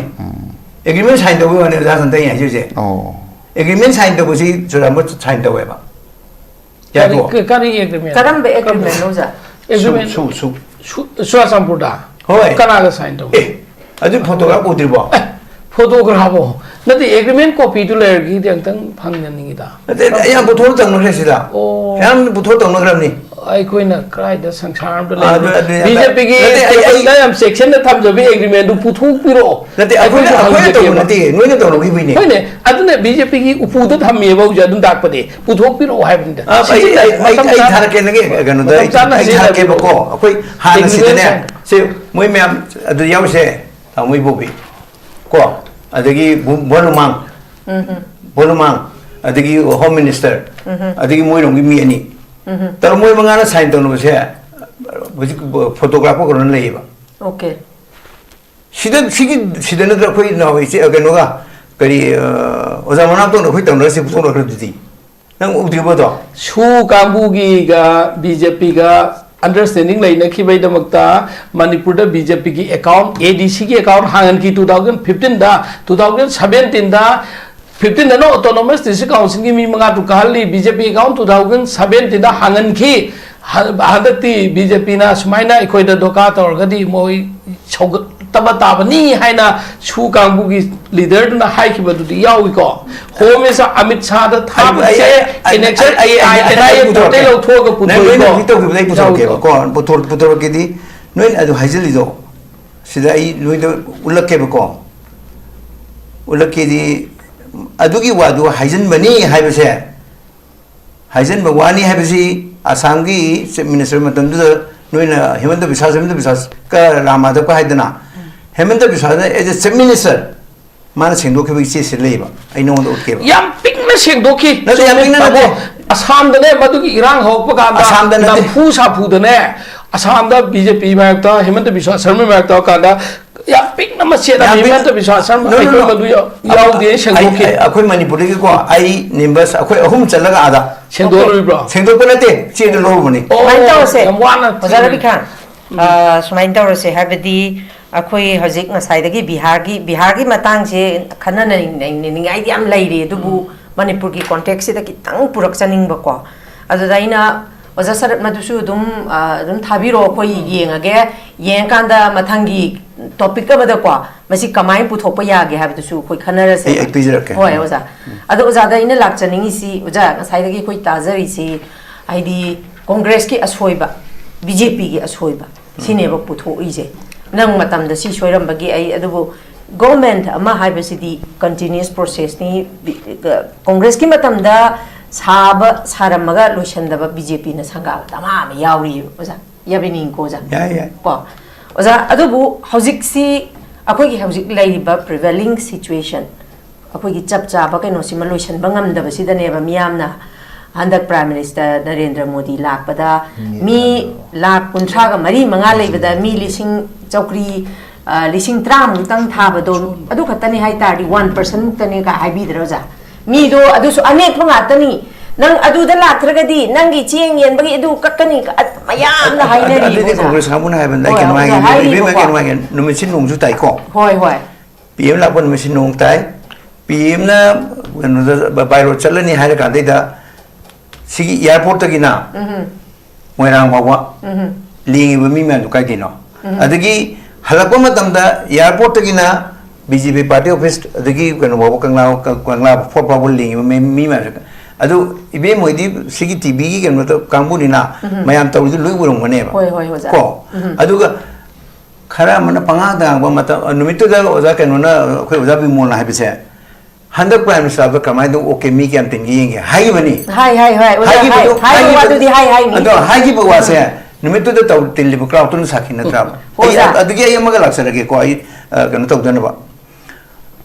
hujik lai phyon si da mayam di akoi gi chai ani sure ama sure akoi ai kan gi nate akoi ni matam am la we ko li du gi kan na sti congress matam da kuki na ga gi rang se chahi tare 7 years consecutively hoine oza ko adui matam gi na kari tok ta ba ko akoi adui tani oza congress na tawram ne hadra BJP su dum taw dori pa ba adu taw di ha bne ha duri se hujik akoi di walusin purang no honori prime minister lakte lae adi makha hujik follow up action mathang tawri si solution purang na bane ba adagi matam dugi haje tare matam dugi kenoga khoi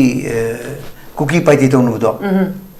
sahi kya sangi kya hoine oza matam du da ngasi prime minister lakte adu taw din lawri se karam mantri lakhi ge ba su jaw ba secretary mo lakhi de ministry ke sok jaw ba secretary mo lakte congress matam da but congress di BJP di hoi matam chang re yare matam chang re member ko ne khoi ju hai moi du adu ngasi matam chang na prime minister lakhi ba numit tu da ai ke num da am ta home minister country me home minister na numit marini state of the whole da leiraga mai apana maksi tasan khomjan na ba hoi congress ba ton da invite wi congress matam du da hai ba numit se shon thare da nungdhin ahum ahing ani khak to ngani date 29 May da lakhi bani aduga after 15 days da lakani hai after 15 days da lakani hai ki bani adugi lakhi dram ne hum guri lakani hai nate adu ai du sinjar ke ko ai thamak ke adugi matam du da congress ta khoine hai ba lakpiu sigi ken solution ja purak na ba kaino pros and cons khana je na che thai ba thaba matam mo hele se khoi mim da leite sine ba aduga mogi tongan ba numit ampi wa hai ba tongan ba numit ma si sile home minister numit ke ani sile le ke oza sa adu mi ai yauze yau ko yau adu matam numit de ko so many working president ai no ujo bata ji congress ki so many vice president so many general secretaries mi amal ani la pira ma ko khoi smai to na khoi leadership smai to adal le gre adu khoi mathangi ke no ma da khoi tanjam da pibi haidana haibi mota pleli dinai to heba aduna tai di kari ta ke bu manipur gi issue se thawai yaudi haibane ba oja hoi lingai ko loi lingai ma party bunam loi la adu thawai yawai na hangbada ne akoi amisa je ma khumba phajang ai na hai ko mam di 2021 gi February dagi live जुंता की लाग कांदा मणिपुर की से अगी BJP अखोन लुसिंबा ND सरकार कई कई policy लौरगे हंगेबा अदेमना मसी जुंता से तव मुंदों मणिपुर दा याम सेसल खरेबा अगी 3 टाइम्स ओजा सर नाइबा अवान ngom मसे मसी मतang से मणिपुर मतम दि सी मिनिस्टर से अखोन जेपी को औंदों से मदुई दो औंदों न लके न साइगी 2023 अखोई कइनोगी मे की तांग कुंथा ने अखोई मीटिंग तोइदो अखोई सीएम की बंगलो सिदा ओजा सर याउदे कइनो याउई अखोई ऑफिशियल याउई बनिना को अइना नोई चीफ मिनिस्टर से मशीन मसी तौदे दो ngasina इमिग्रेंट की वा गांगे माना इलीगल इमिग्रेंट मतम इलीगल इमिग्रेंट वा वाई सानना बने बा कोई नाइ जे हाय मतम दा कोई मतम ने लाइबा नित्य आनंद साहा नित्यानंद राय अदगी ना की अमित शाह अदगी मतम दुगी कोई इंटेलिजेंस की देखा मैं आमसिना को कोई मरु भाई है ये 1973 43 ने पुनी बिने से मंगोन सावे करीनो अदु नंग तो दी मरदे सोम नाकंदना अखोई मिजोराम दना मदु सेलेइबा मैम रिफ्यूजी है मरी बात नुमई कातर को बोम सेलेइबा मैम दो मदु की रिफ्यूजी होने ति तौबा मणिपुर ना रिफ्यूजी होने ति तौदे मदु ही हंगमतन अमिसाना भारत सरकार पॉलिसी लेती है मा सेमजगी है आई यार लेबसे सिदा पॉलिसी लेतना शासन तौरमेबा बीजेपी से पॉलिसी लेते बैठे खुशी की सेम दबा नते मतलब लो सेम दबा स्पेसिफिक पर्पस तो वानी मैडम दी लांच जुंता की लांच करम कान तो नो नते खंगे 2021 द लौरे न आई हाइजेगे अदो कॉन्स्टिट्यूशन नो नते अमी सामसाना खुमनेबा ओजा सरन खुमनतेबा अखोई लेते ओजाना हम पिरम रेस्पॉन्स ने अदु ने मा आई सिमजरगे हायबा अदो भारत का थंगना बलिबा मंद मिलिटी जुटान अखोई सरकार सिंह का डेमोक्रेटिकली अखोई खनगिबे सरकार दो इथुर कांद मदुई पॉलिसी इंद लेरमदबदो अदुनि द आइना हाइजे द मिगी कंट्री की लांड तो नते अखोई लेबा की पॉलिसी थम थोइदना हमम थोइदना से बांग्लादेश ले अखोई पॉलिसी सिम के हाइबने बदो अदु आई सेमम दे बसे अनि दो होइने सही एनी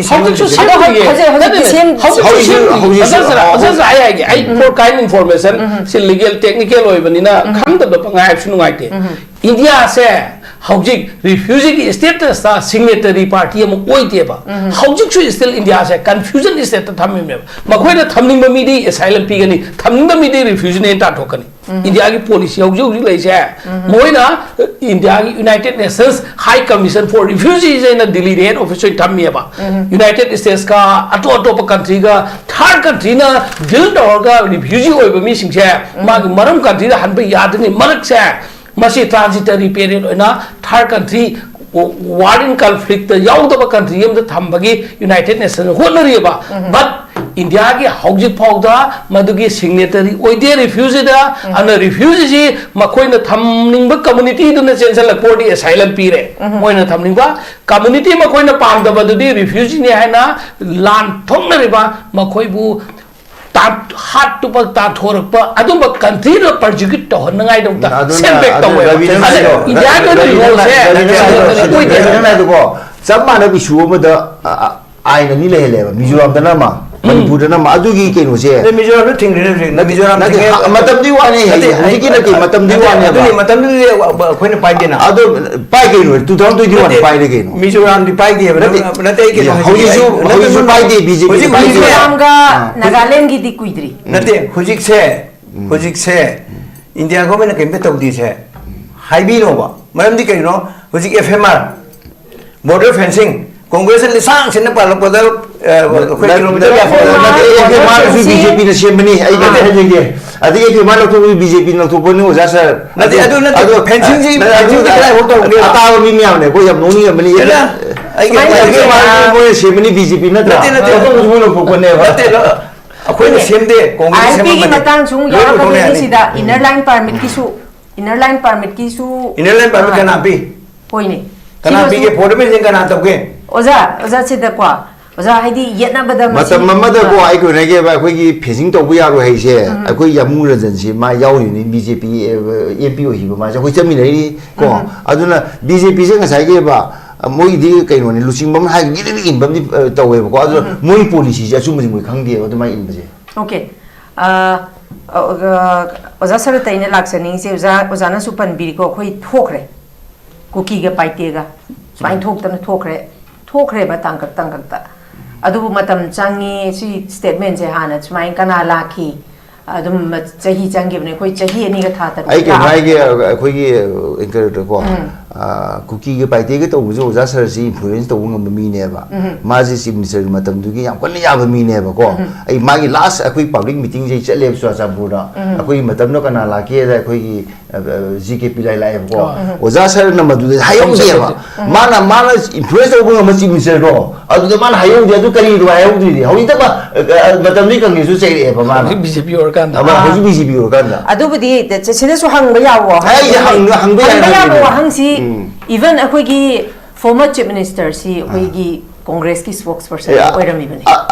अदुगी केनो से नते बीएन तो ओसे बा ओजा सर जी बीएन उजी पिखरबने मतलब भोट कादरी बीएन कादरी बा पाइते के कुई के तोनो मतलब ओजा सर रि जाउ मतलब बीएन से राजनीति याउदरी बा ओजा सर सि मतलब दो इन्फ्लुएंस ओंग बा कोई पाउंग सांगजे जिमसे ओइरे मतलब सिदा अदुना मतलब दो ओजा सर सि लोयरनी के मतलब दो हौजिकी सिदे हिंसा होनी के ओजा सर राइना मु हंगजनिंगी जे ओजा सर कांग्रेस की थबक तौबिरमी बने बा मतलब दी इन्फ्लुएंस होनी के इनो सि इन्फ्लुएंस की वा तोखरगा हाबदी ngасꯥꯏꯒꯤ ꯁꯨ हाइदी कॉलिजन ओइने चटमिनबा अदुम बसे ngakpa ngamdaba सरकार अमखकने हाइदना अदुम आइन तौदना ओजाना सु तंबी थंबीरीबा अदुम बमयाम लेबदुना ngasi बिहार दा चाउना एनडीए ना माइ पाइने ना हाइरीबको अदु इबतागदी ओजाना मतमदुदा खितंग मसी पर्सनल दी नते खंगनिंग इने सुंगवारी सिगी मतुंगिना ngасꯥꯏ ओजाना सु मतमदुदा याम चाउना पाइरनि करी हाइबी हौद्रिबना हाइबनिना ओजादो मतमदुदा कांग्रेस की लेबिरमगा करी मरम की तमक्ता बीजेपी दा लाइनो हाइबगी बीजेपी यस सिम सोजा हंग या सम जगे अखोइना अदुगुमदो तौदनबा कन हायबा हाइबदी यादबैने मखोइ तोलेसे को तानाबदा यारक्तबा हाइबदी यारक्तबा अइने तौनी हारपदी ने तोलेसे ओके आई मतलब जनरल सेक्रेटरी ओइरमेबको तो इसिगी मरम से केनेबु तानाबदा यारक्तबा अर्थ थोक्तबा आइने गांबदन अचुमबनी असेंबनेना पावर पाइबा खरना पंगदम तोरपा मतम मामा ओजारे सांग नो तोरमेना हारिसे मतम बे तोरसी गेरवाल न केनो नेबा डीजीपी नेबा को राजवेव को सपदा यो अदो आदर लेइबा फिबम से मसी सी तोरगा खनी से सजेशन तबदो सुम लरुक दल मरम मोदना लास्ट के दुर्गीबु सम उजारी सांगी मत उजारी सांग मतम दे याम सांग पाइबा नते अतेन मतम नि अदुगी मा लोगिरो मतुंग द लापा के नो मयाम से सिना निथिजना मयाम सी पार्टी की ओरो अमगी ओरो निथिजना अखोई टेकल तौदबदगी हाइतारे नत्रक ट्रीट तौदबदगी ट्रीटमेंट तौदबदगी मयाम से पिन दने मथंग थोन रहिसे ओके इवन कदायोनस थोगेबु कांग्रेस की प्रेसिडेंट मसाना ओइने तोलेनिदना मागी लेजिबा सपोर्टर मैम मदिंग बांदुरी तो कामने केन अदुमाइन तो अखोइने मयाम दि नुइ मतम दु हायरगा हायना ताने यादि तो काम नत्रो करी उपाय लेगेबा अदुदी लाइदना पॉलिटिकल पार्टी की लाइदना आई क्वेश्चन से पर्सनल ओइना मिगी पर्सनल कैरेक्टर असैसिनेशन आई जसर के ओपोज नते कोइना हाइजे जसर ना कांग्रेस का थवाई याउना जनरल सेक्रेटरी मग काई गिदोंत बीजेपी द चोंगिनो हाइबदु हंगगदी मागी कैरियर द असैसिनेशन क्वेश्चन नम लाई अदना आइदि ngasi की टॉपिक सोंदा सीमा ने बल पब्लिक खाली पॉलिटिकल मिगी अखोगी कांग्रेस से चोंग ममी ना बीजेपी से ओइबा ओजाता मिगी ओजा टॉपिक सी पर्सनल बनिना हाइबीरा बनिना हंगिंगे एबा आई हाइजि सिनिदा जसर अफ्टर ngasi बीजेपी होइसो हायें कई होइदोइ मा हांगमते अखोइगा अदुम पुनमिन नैबो मणिपुर प्रजा गाक्तनी अदुन मिगी पर्सनल ओइबा पर्सनल की खुदोंग चाबा चादबा इनकन्वीनियंट लेंगबने बा अदुदि आइदि मागी इंटीग्रिटी की क्वेश्चन दुदा हारगदि टीवी डिस्कशन ददि फोंग हाइनिंग दबा वासुमा एम्बे याय अन आइना हाइजनिंगिबि पब्लिक में आमना ताबद नुगाइगदबा पॉलिटिकल पार्टी कांग्रेस आम बीजेपी चंग्र बीजेपी वंगांग लोय कांग्रेस थीना सैरे हारगदि पब्लिक असमोय पॉलिटिकल पार्टी सिंजे शक्ति होंगदबा टुपी दो होंगबने खन्न खिगदि शक्ति प्रजा नाउगी खौरांग नाइगदबि एरिया से करिनो BJP BJP in power ne tamo sarat si BJP ki general secretary yamna sakti leiba power me scott purga sali miyam ne ba mahana BJP ki damakta hojik manipur praja idumta kari thaudang logani kari dawni BJP what is the role of BJP laksage maru me amale bane ba aduni dai wahang sing asi je hang bada pung je mari manga bulawni adu upai leite khoi je akakna ba matam leibani na abidi ozana wa ma hairasu oza sante ki su mai warol khara phongdo ning bani ne phongdorok pa madui phongdorok pai matung ina aina su khangning bam layam ni ne ka hang badu ne mari mari tawrai je adu party oza sarat taina laksani di oza sarat hojik si akoi gi popular government ama miyam na pami akoi chap chana masing di su dana BJP na lairabane adu hojik si akoi gi lagadoriba 13 February si da chahi ma pura phagadore miyam na mu fresh mandate pami adubu hojik si popular government ama semi haidana khalla se boza ma khara mana BJP manung dagi su dum aidi khara amna November hai statement je amaga magam tamana deuza BJP manung dagi thamai ba statement ji su masida oza da ina lakchani di hojik lairiba sigi phibam sida Delhi da chaluraga su akogi hoi General Secretary aduga North East ki in charge lai laga su makoina chap chaba waroi silama purak bangam bagi concrete oiba solution amadi pi bangam dri masida chap chana hojik si popular government amasi athuba matam da by the end of November or by the end of December or before February si da CMN khala seba adu iba taragadi lairiba conflict sigi solution ji boza purak bangam gani habagi thajaba bu laibro kamai tawisa पुनः money दा हजिक यम साथी में तुम how रे me recall तो रे हरने cookie की नका कुकी की मुझे दा लांच दा मिली सिंग थाउजेंड से लगी मुझे मई फेनरल से जेसीबी ने तब रगा मफम दा तन तो नगर ने अदु बाबरे सॉल्यूशन पूरा का करी की हजिक ले मुझे दा solution puro oidu no si center na sukan na honari uji central government kan na honari adagi moi gi kanu si kari leiri ge si uji ground da akoi laga mayam si yengi minister mayam la ga adu chali popular ministry mu la ko si di so den la ne ba adu la iba posi la ko matam da ai na mayam da appeal to janing budi haidi कोई party भी opponent वाले मणिपुर की खल्लदी opposition ruling की वफम तो होगा cutting across the party line कोई sincerely honestly कोई popular ministry में प्रजाना पामे से मसी लाखना बहन बदा मयाम की सु कंट्रीब्यूशन तो भी है तो बियो अदुगा कोई पॉलिटिकल पार्टी ने दुनिया ना कोई लाइरिब इशू सिदी तोंगाना कितंग ना थैरगा कोई सीधा नु तो दिया दे कोई इलेक्शन कैंपेन तक दिया दे अनु तक दिया दे है से सीधी तो बिगनो मतम खरदे मरम दी सी मणिपुर की इशू नि कोई मयाम की लाइव लेप तो रिवनी मसी पॉलिटिक्स मतलब हेंग इलेक्शन में तो बिरो हुजी की होइना दी आई मसीददी यम का हेना कन्ना कोई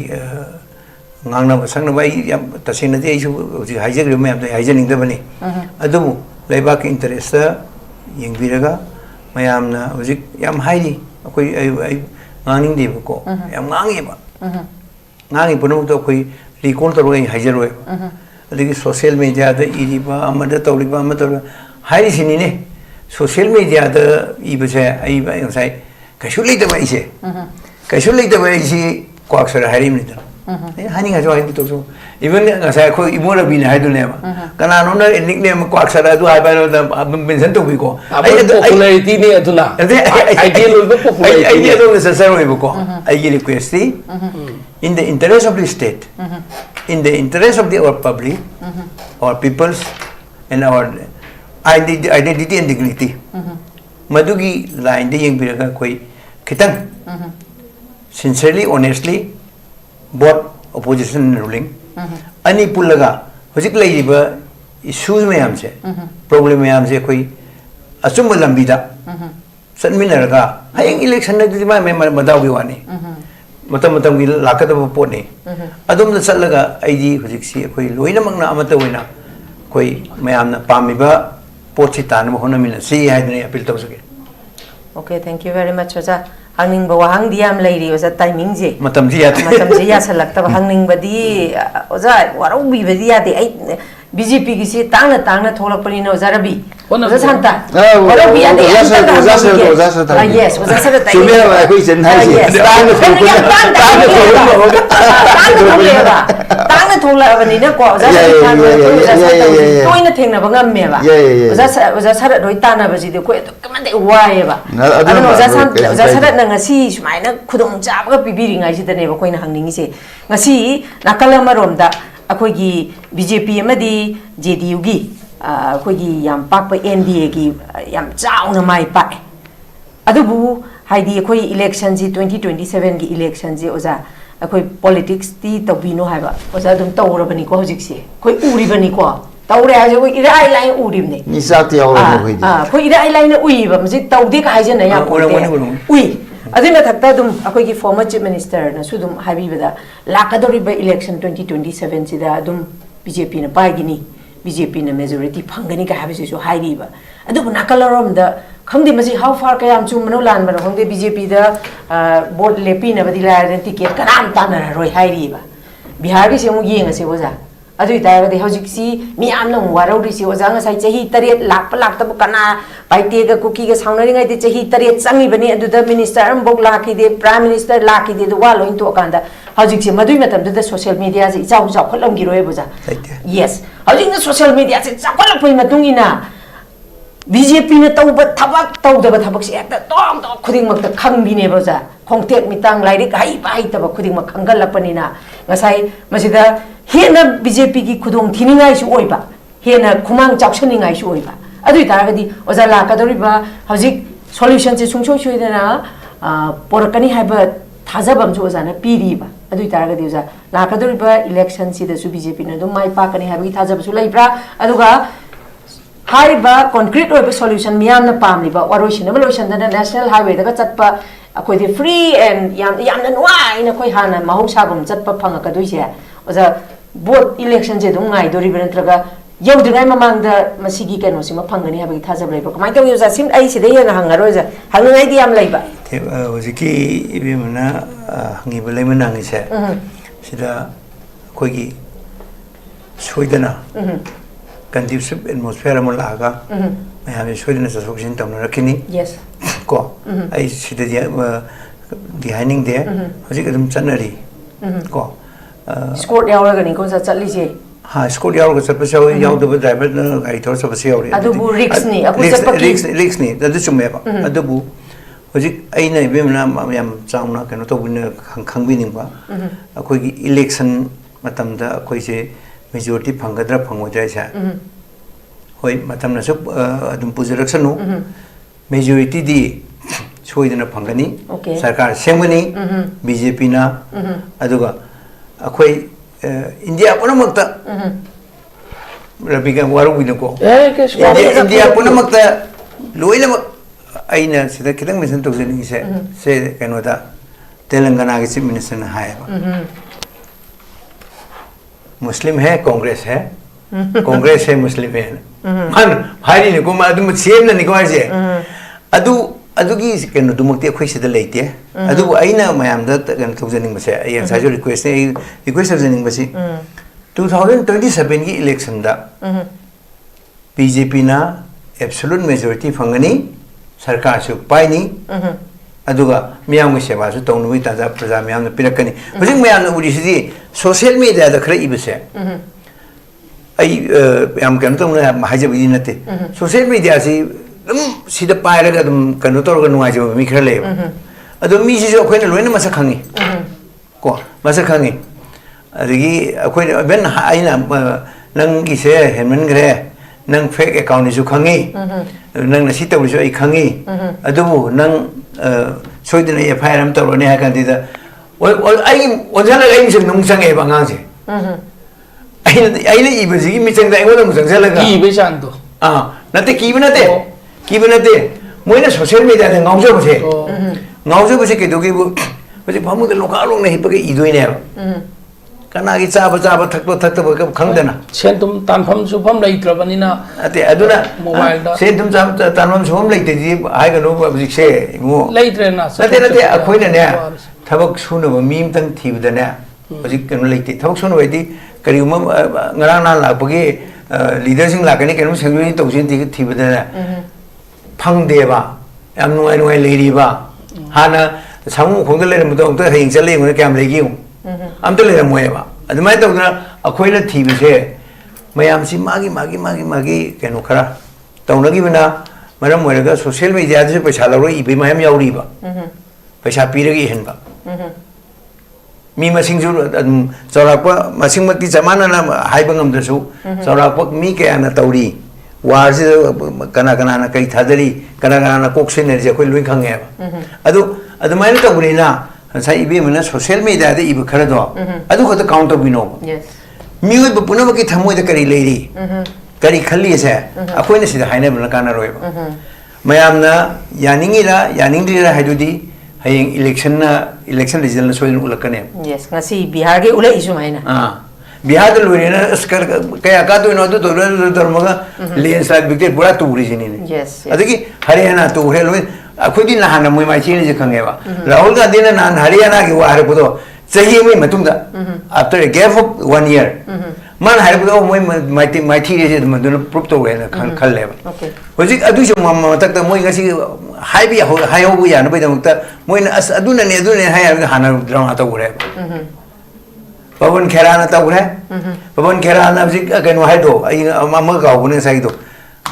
voter di mai nu pi se vote ma phamani je bo kan le congress de ni Pawan Kerana just spokesperson ni mai nu pi se voter si id si ani pai ri ba bo su sa de besal le ba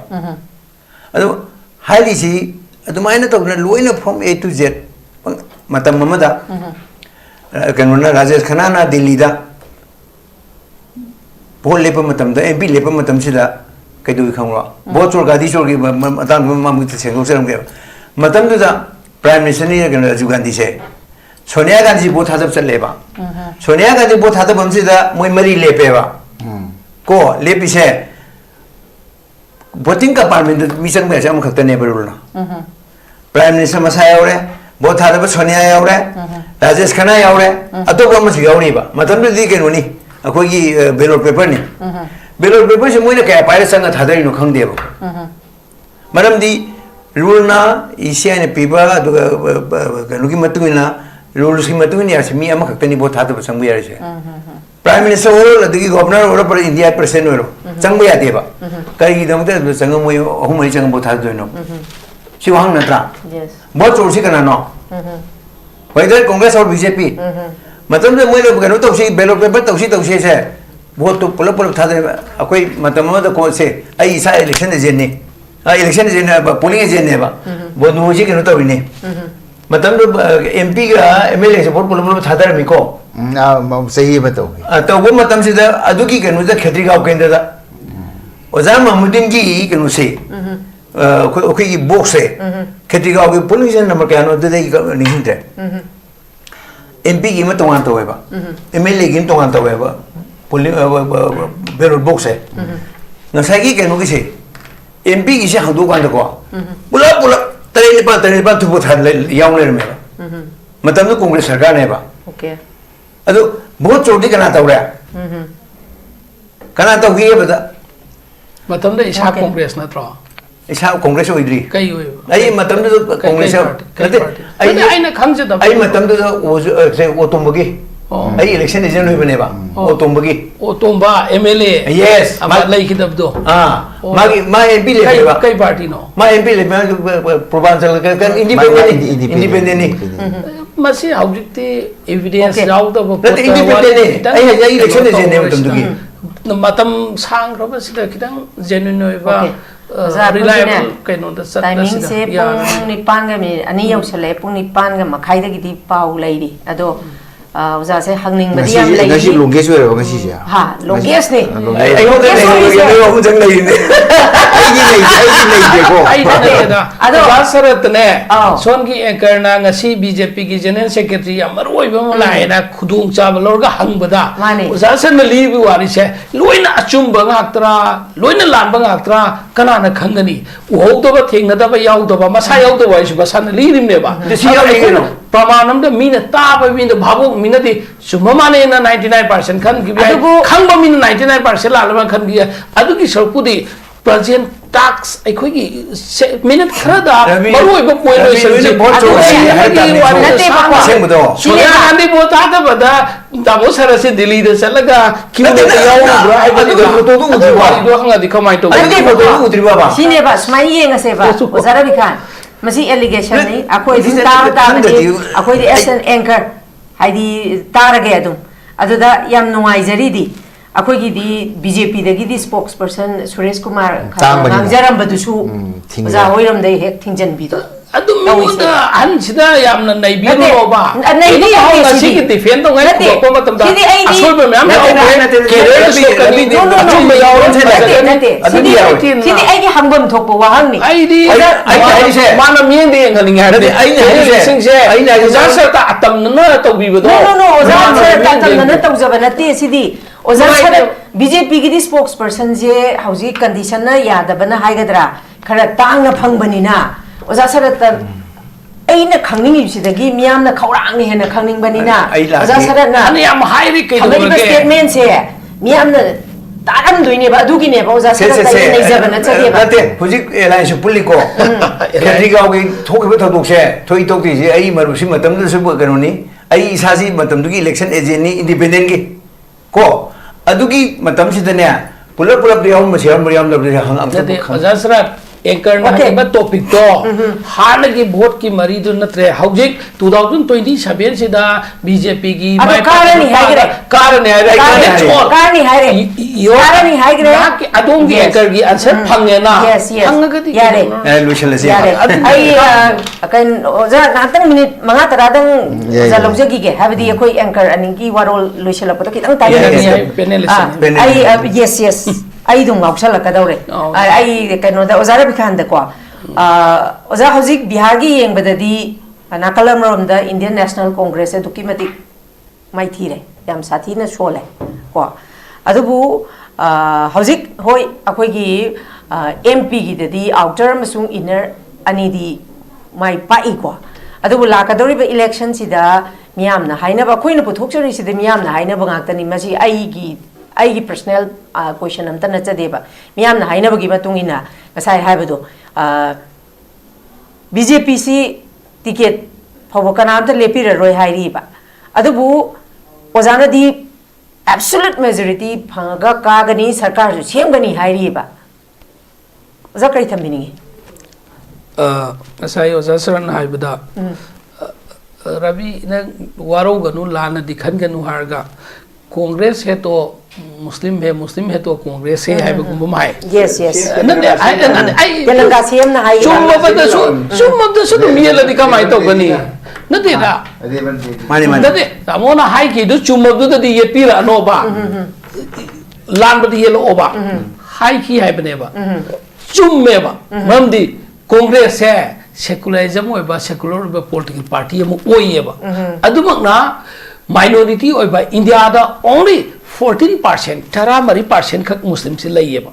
atopa minority community 2% 3% 1% sumaina Christian minority Buddhist Sikh myam laiye ba khwai de majority se Hindu ne chum me ba 80% gi maya da Hindu oirim ne ba adu yengu ko BJP na chumme Congress no ngai matam da di Congress na Muslim singidamukta achau basu helami Muslim yawi even Manipur da su Congress ki marakta sarkar da Muslim na MLA ka ba matam da khwai na hawi bam su minister ohen bi ba ahan ba ka da cabinet minister pirim ne ba adu Manipur da pixel la ke ba Manipur da Muslim dai kai ba MLA ahum do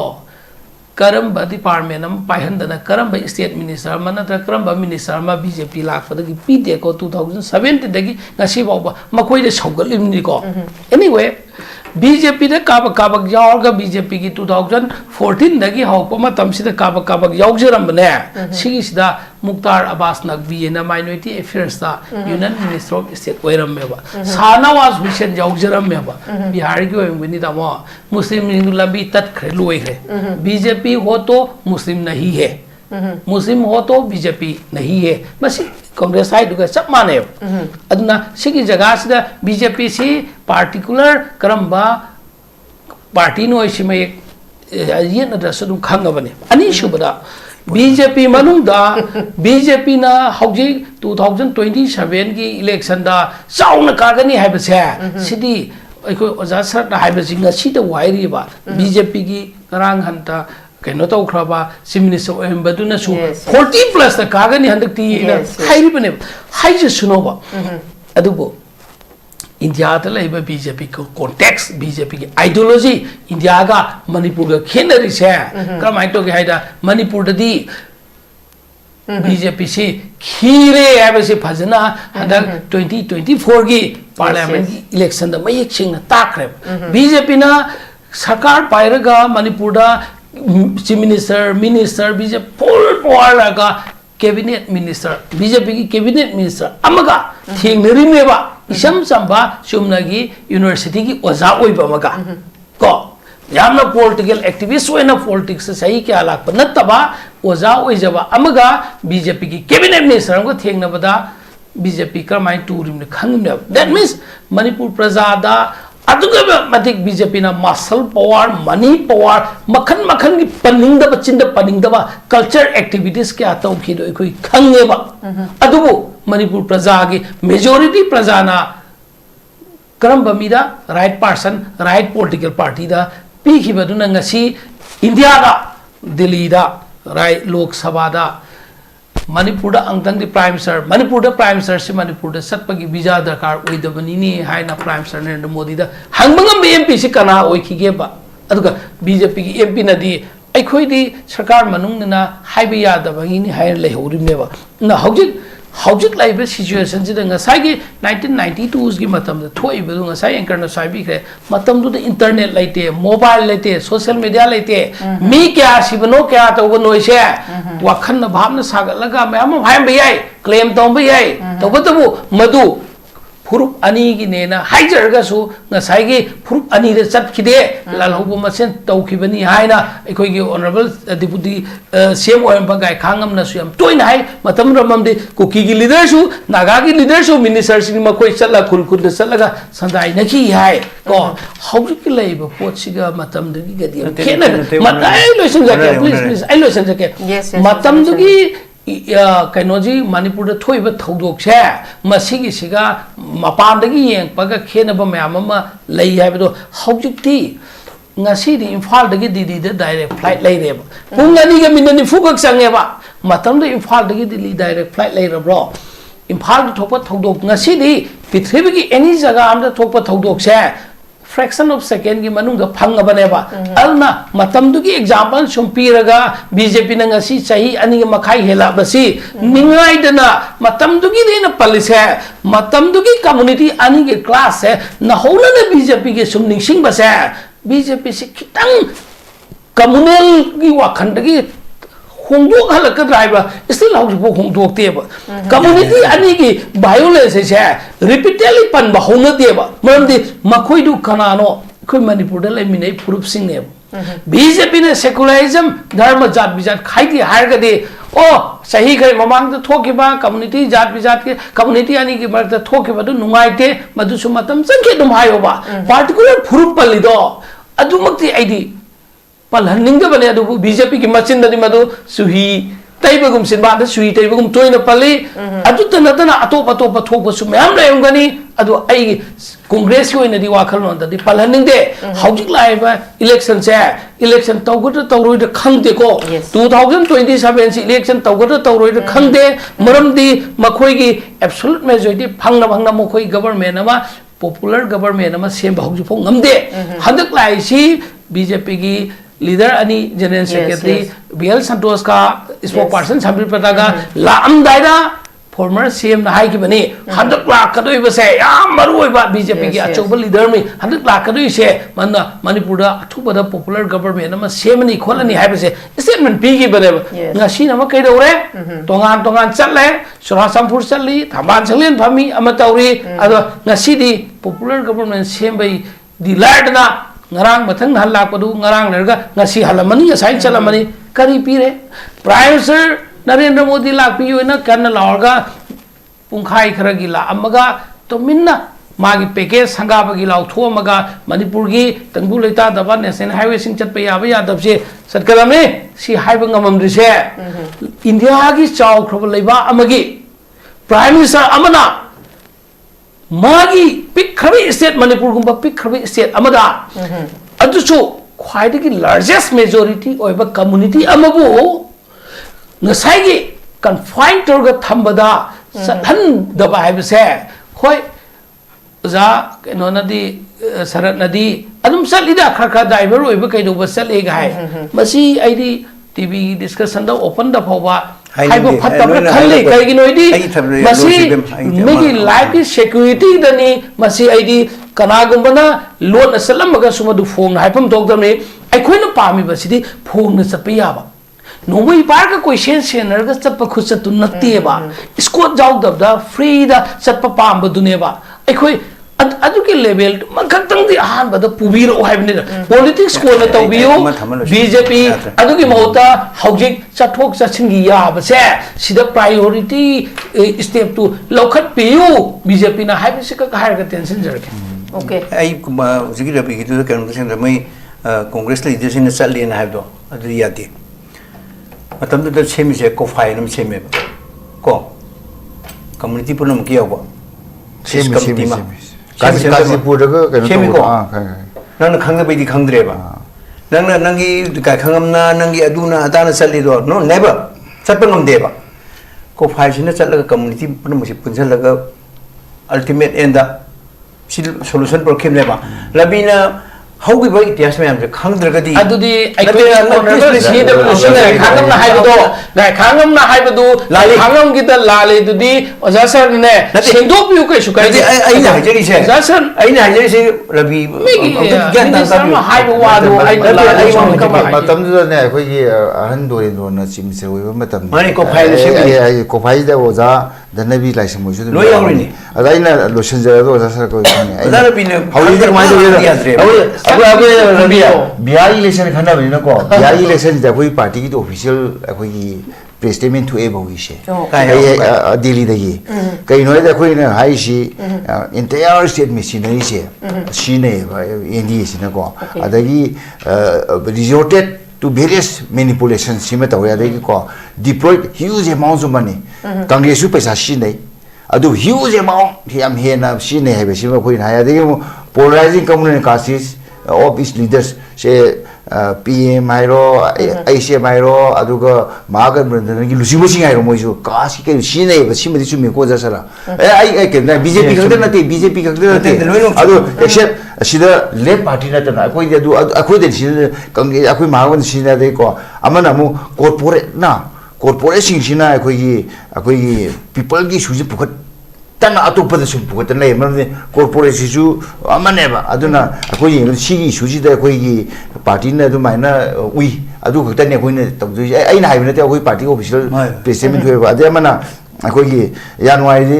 lungraba film sida akoi gi hana MLA si ani karamani adu amma khaktam kai hanak se adu su yam harawi aduga aina sum gamada anoba bihari sarkar sina ko praja gi ai phaba porpa mamam uisanu haiba je ai gi saita haijage adu ai tension jarage sida okay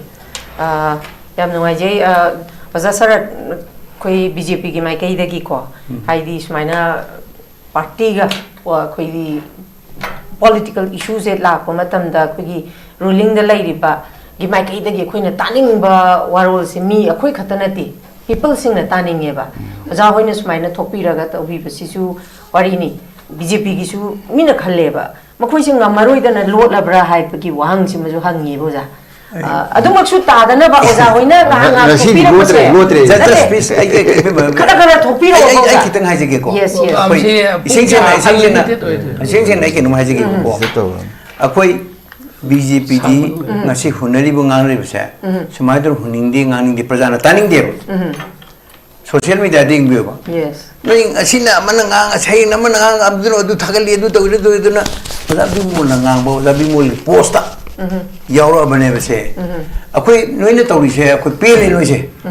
hai bu wai se hai dal mi dok ne ba khoi thok tri se mayam na di otherwise khalam ba yai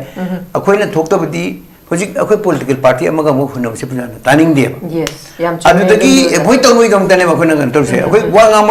ngamda budi nate isam sam nair ga de da hojik ki ngasai ke no na takpi ki bada Bihar da hojik aku gi OAC na thorak padi gi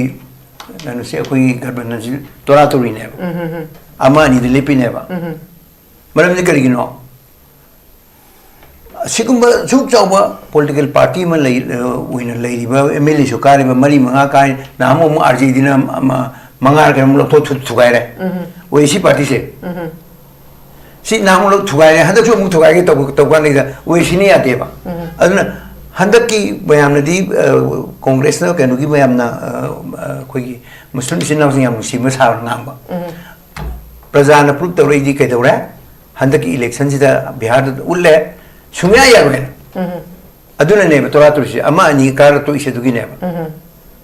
Aku sih aku jadi amana masagi ibu lebih uzar tapi kita bukan lebih tapi kita, aku kan usai. BJP ki panggi apa se, aku mamang tegi anak na hendak pangai apa. Adu bukan ika ada kebu, tanpa ada bot hada kedap se, single wena amana swasim nama hada kere. Adu ki bot tu neba uji kan terus se. Ngamagadi, aku ki bot handana, noi na namu pangudi handina, noi na sinti ya rai na haya ba. Aku ki boti dum kan lepa dum le ba. Ta dum pangai ba masing. Adu na aku ida kanuna ya ba ama magi wafum natta bada bot se sing da pula thada ki bi khudam dun maram moraga thada ki dum maram mora ku ji maiti beli se aku ju ya se ba. Ha bi congress se BJP Congress BJP di kahari aku ya. Adu kari ber mung di pazan so hangi boji. Okay. Hanga kini adu election da aku ki BJP na politics tahu gunu di bim na hari ko. Tahu tu bida aku hai se aku absolute majority pangani sarkar sengmani praja ki seba tahu ini malam di ngasi bauda aku na aran ba praja ki mang ba tahu bom terlektiu. Ada sik itu mayam pun oza yam hangning ma wahang kita kalai re mayam ne yam toina hangba habidi ngasai gi ai dong kau khale se wa se yang ngangjan malaktana ngasai gi khoi gi BJP gi sarkar se si miyam na ozana budi hojik adum semgani hari kwa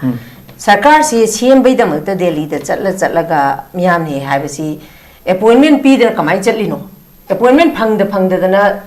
unadana lai boja lakte kana unera ki handa nan ibe mana no moto da ina kanu hai bne pa BL Santosh se prime home minister parliament da khongrum ne kana na leader oini kana kaidoni have se party mathau ne BL Santosh party general secretary organization ne mana khalakpa mana sina phani na tor ko potuma or mana condition atmosphere ma leire leite na haibasi magi report matungna akoi gi manungi wani ko adu the base of the ne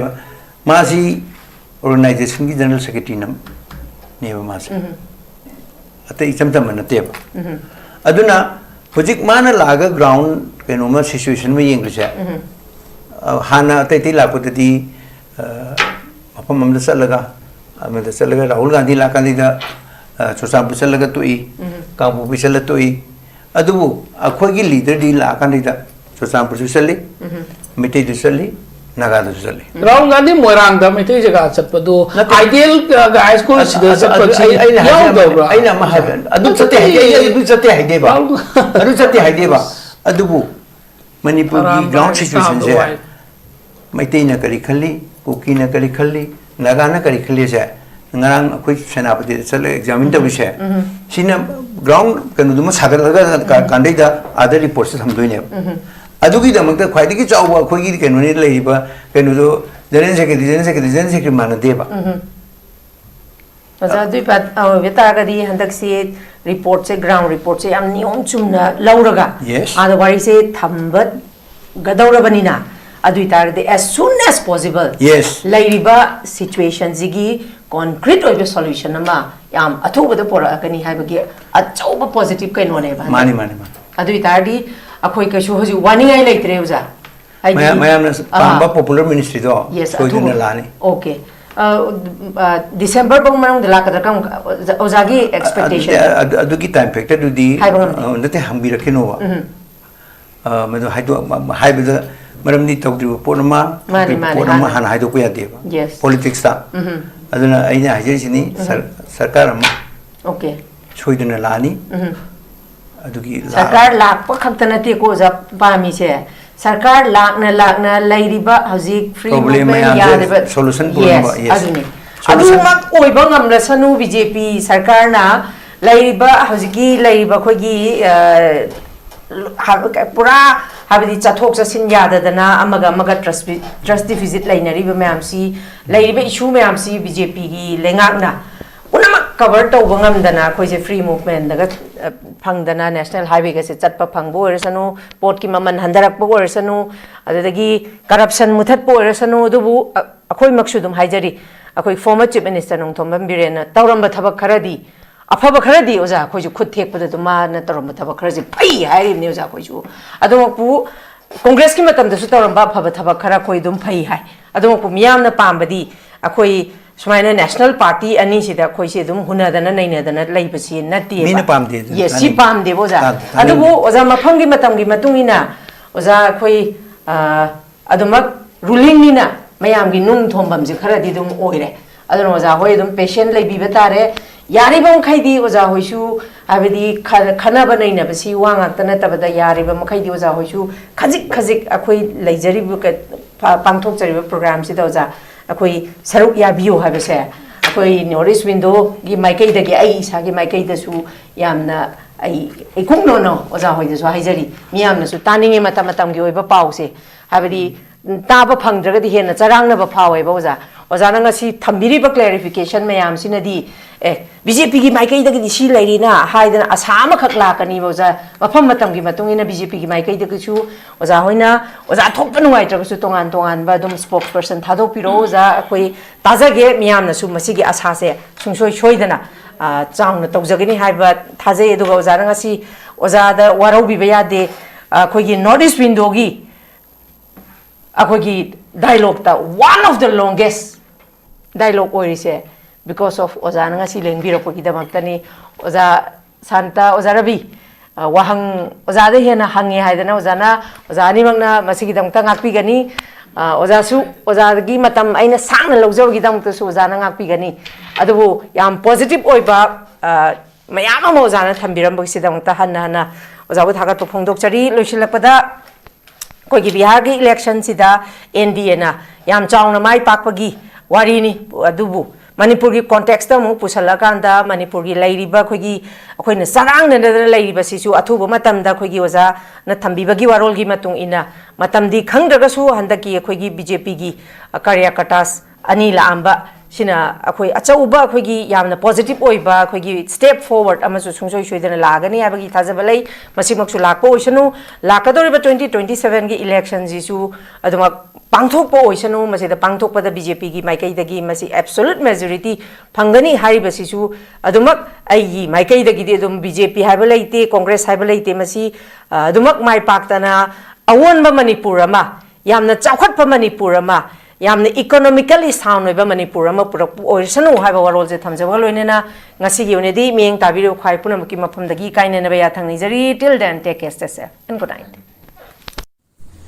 Nurse Singhidamak Achoba opportunity ama Buduna Lakchari Madudi Hauzik Malaysia na Indian Nurse Singhi Oiba Kudong Chaba Pinabagidamak Midiang Changlakli Vesi Nursing Loidaba Jahi Humdagi Tadana Experience Laidaba Miyoy Singna Kudong Chaba Asi Lobiho Kudong Chaba Adudi Thagi Oiva salary 1 lakh overtime incentive free accommodation ticketing amasung long term visa asina chingba kudong chaba sing asi fangbigani akupa malo gidamak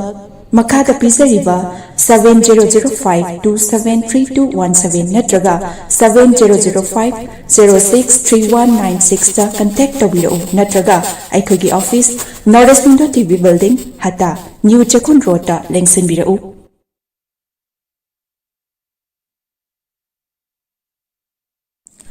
Class 12 amasung graduate loiraba mahiro singgidamakta Germany da hospital program tamba yabagi khudong chaba pisari hairiba program sing adudi ahanbada accountancy hairiba stream asida tamnabagi damakta commerce background leibaga loinana 60% fangba oigedabani ani subada hotel management hairiba stream asida tamnabagi damakta any stream da 50% fangba oigedabani ahum subada electronic engineering hairiba stream asida tamnabagi damakta Physics, Chemistry, Maths background leibaga loinana 60% fangba oigedabani. Mari subada Mechatronic Engineering hairiba stream asida tamnabagi damakta Physics, Chemistry, Maths background leibaga loinana 60% fangba oigedabani. Manga subada Construction Engineering hairiba stream asida tamnabagi damakta Physics, Chemistry, Maths background leibaga loinana 60% fangba oigedabani. Taruk subada Automatic Mechatronic Engineering hairiba stream asida tamnabagi damakta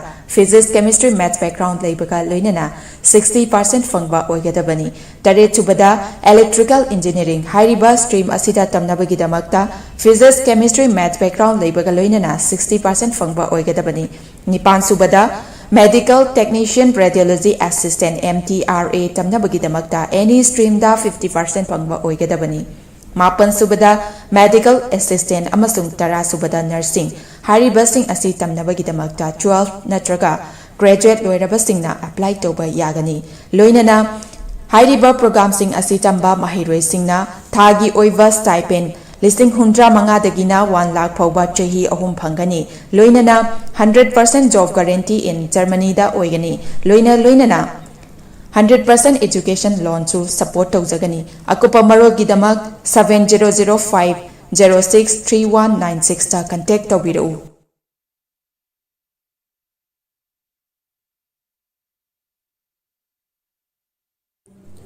Riyadh ki private hospital ki nurse ki ahangba famsing kauri ahanba round ki interview November ki tang marida pangthok jagani yamdrabada chahi ama experience leiba oigedabani experience leitaba miyoi singi oinadi recently work toba hozik thabak toba miyoi singna apply toba yagani accommodation amasung transportation khodimak free oijagani maigi thakna basic nursing loiba natragana post basic basic nursing JNM natragana diploma in nursing loiba oigedabani thagi oiba salary listing mautra dagina lakh amaga listing kun phawa oigani akupa marol gidamak 9366230077 natragana 7005273217 da contact tawbirau natragana aikogi office Sparkle Educational Service Northeast Window TV Building hata New Chakon Road ta lengsinbirau.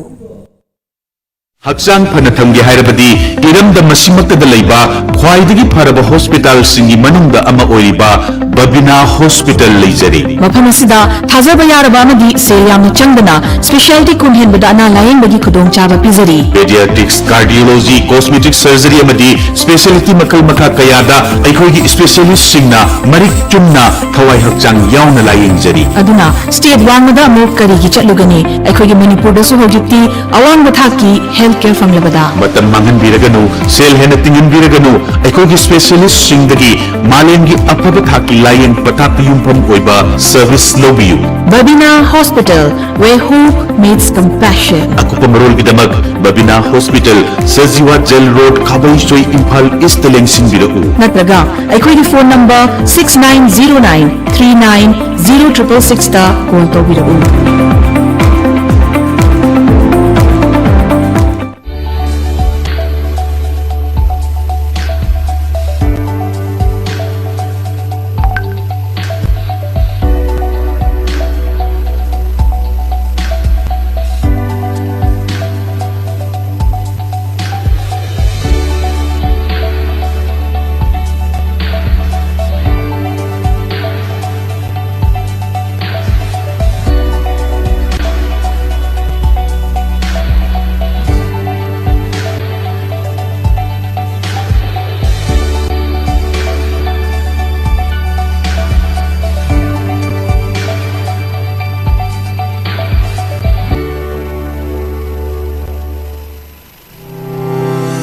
Step into a world of endless possibilities with 18 dynamic faculties and 180+ courses. Unlock your potential with industrial-ready training and placements. SGT University, empowering tomorrow's leaders.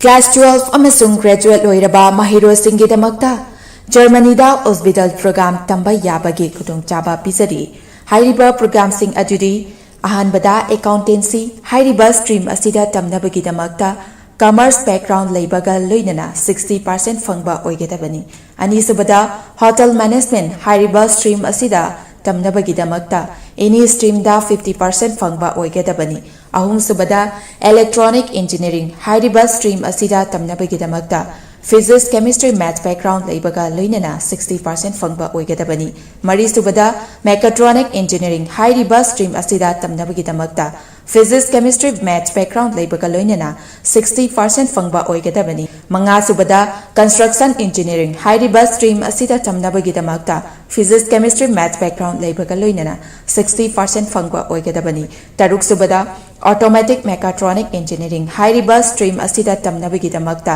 physics chemistry math background leibaga loinana 60% fangba oigedabani taret subada electrical engineering hairiba stream asida tamnabagi damakta physics chemistry math background leibaga loinana 60% fangba oigedabani nipan subada medical technician radiology assistant MTRA tamnabagi damakta any stream da 50% fangba oigedabani Mapan subada medical assistant amasung tara subada nursing hariba sing asi tamnabagi damakta 12 natraga graduate loiraba singna apply toba yagani loinana hariba program sing asi tamba mahiroi singna thagi oiva stipend listing 100 dagina 1 lakh phauba chahi ahum phangani loinana 100% job guarantee in Germany da oigani loinana 100% education loan to support tawjagani akupa marol gidamak 7005063196 ta contact tawbiru Nurse singidamak achoba opportunity ama buduna lakchari madudi hauzik Malaysia na Indian nurse singi oiba kudong chaba pinabagi damak midyang changlakli VC nursing loiraba chahi ahumdagi tadana experience leiraba miyoi singna kudong chaba asi lobiho kudong chaba adudi thagi oiva salary 1 lakh overtime incentive free accommodation ticketing amasung long term visa asina chingba kudong chaba sing asi fangbigani akupa malo gidamak makada pisariba 7005273217 natraga 7005063196 ta contact tawbiro natraga aikhogi office newtv building hata new chakun road ta lengsenbirau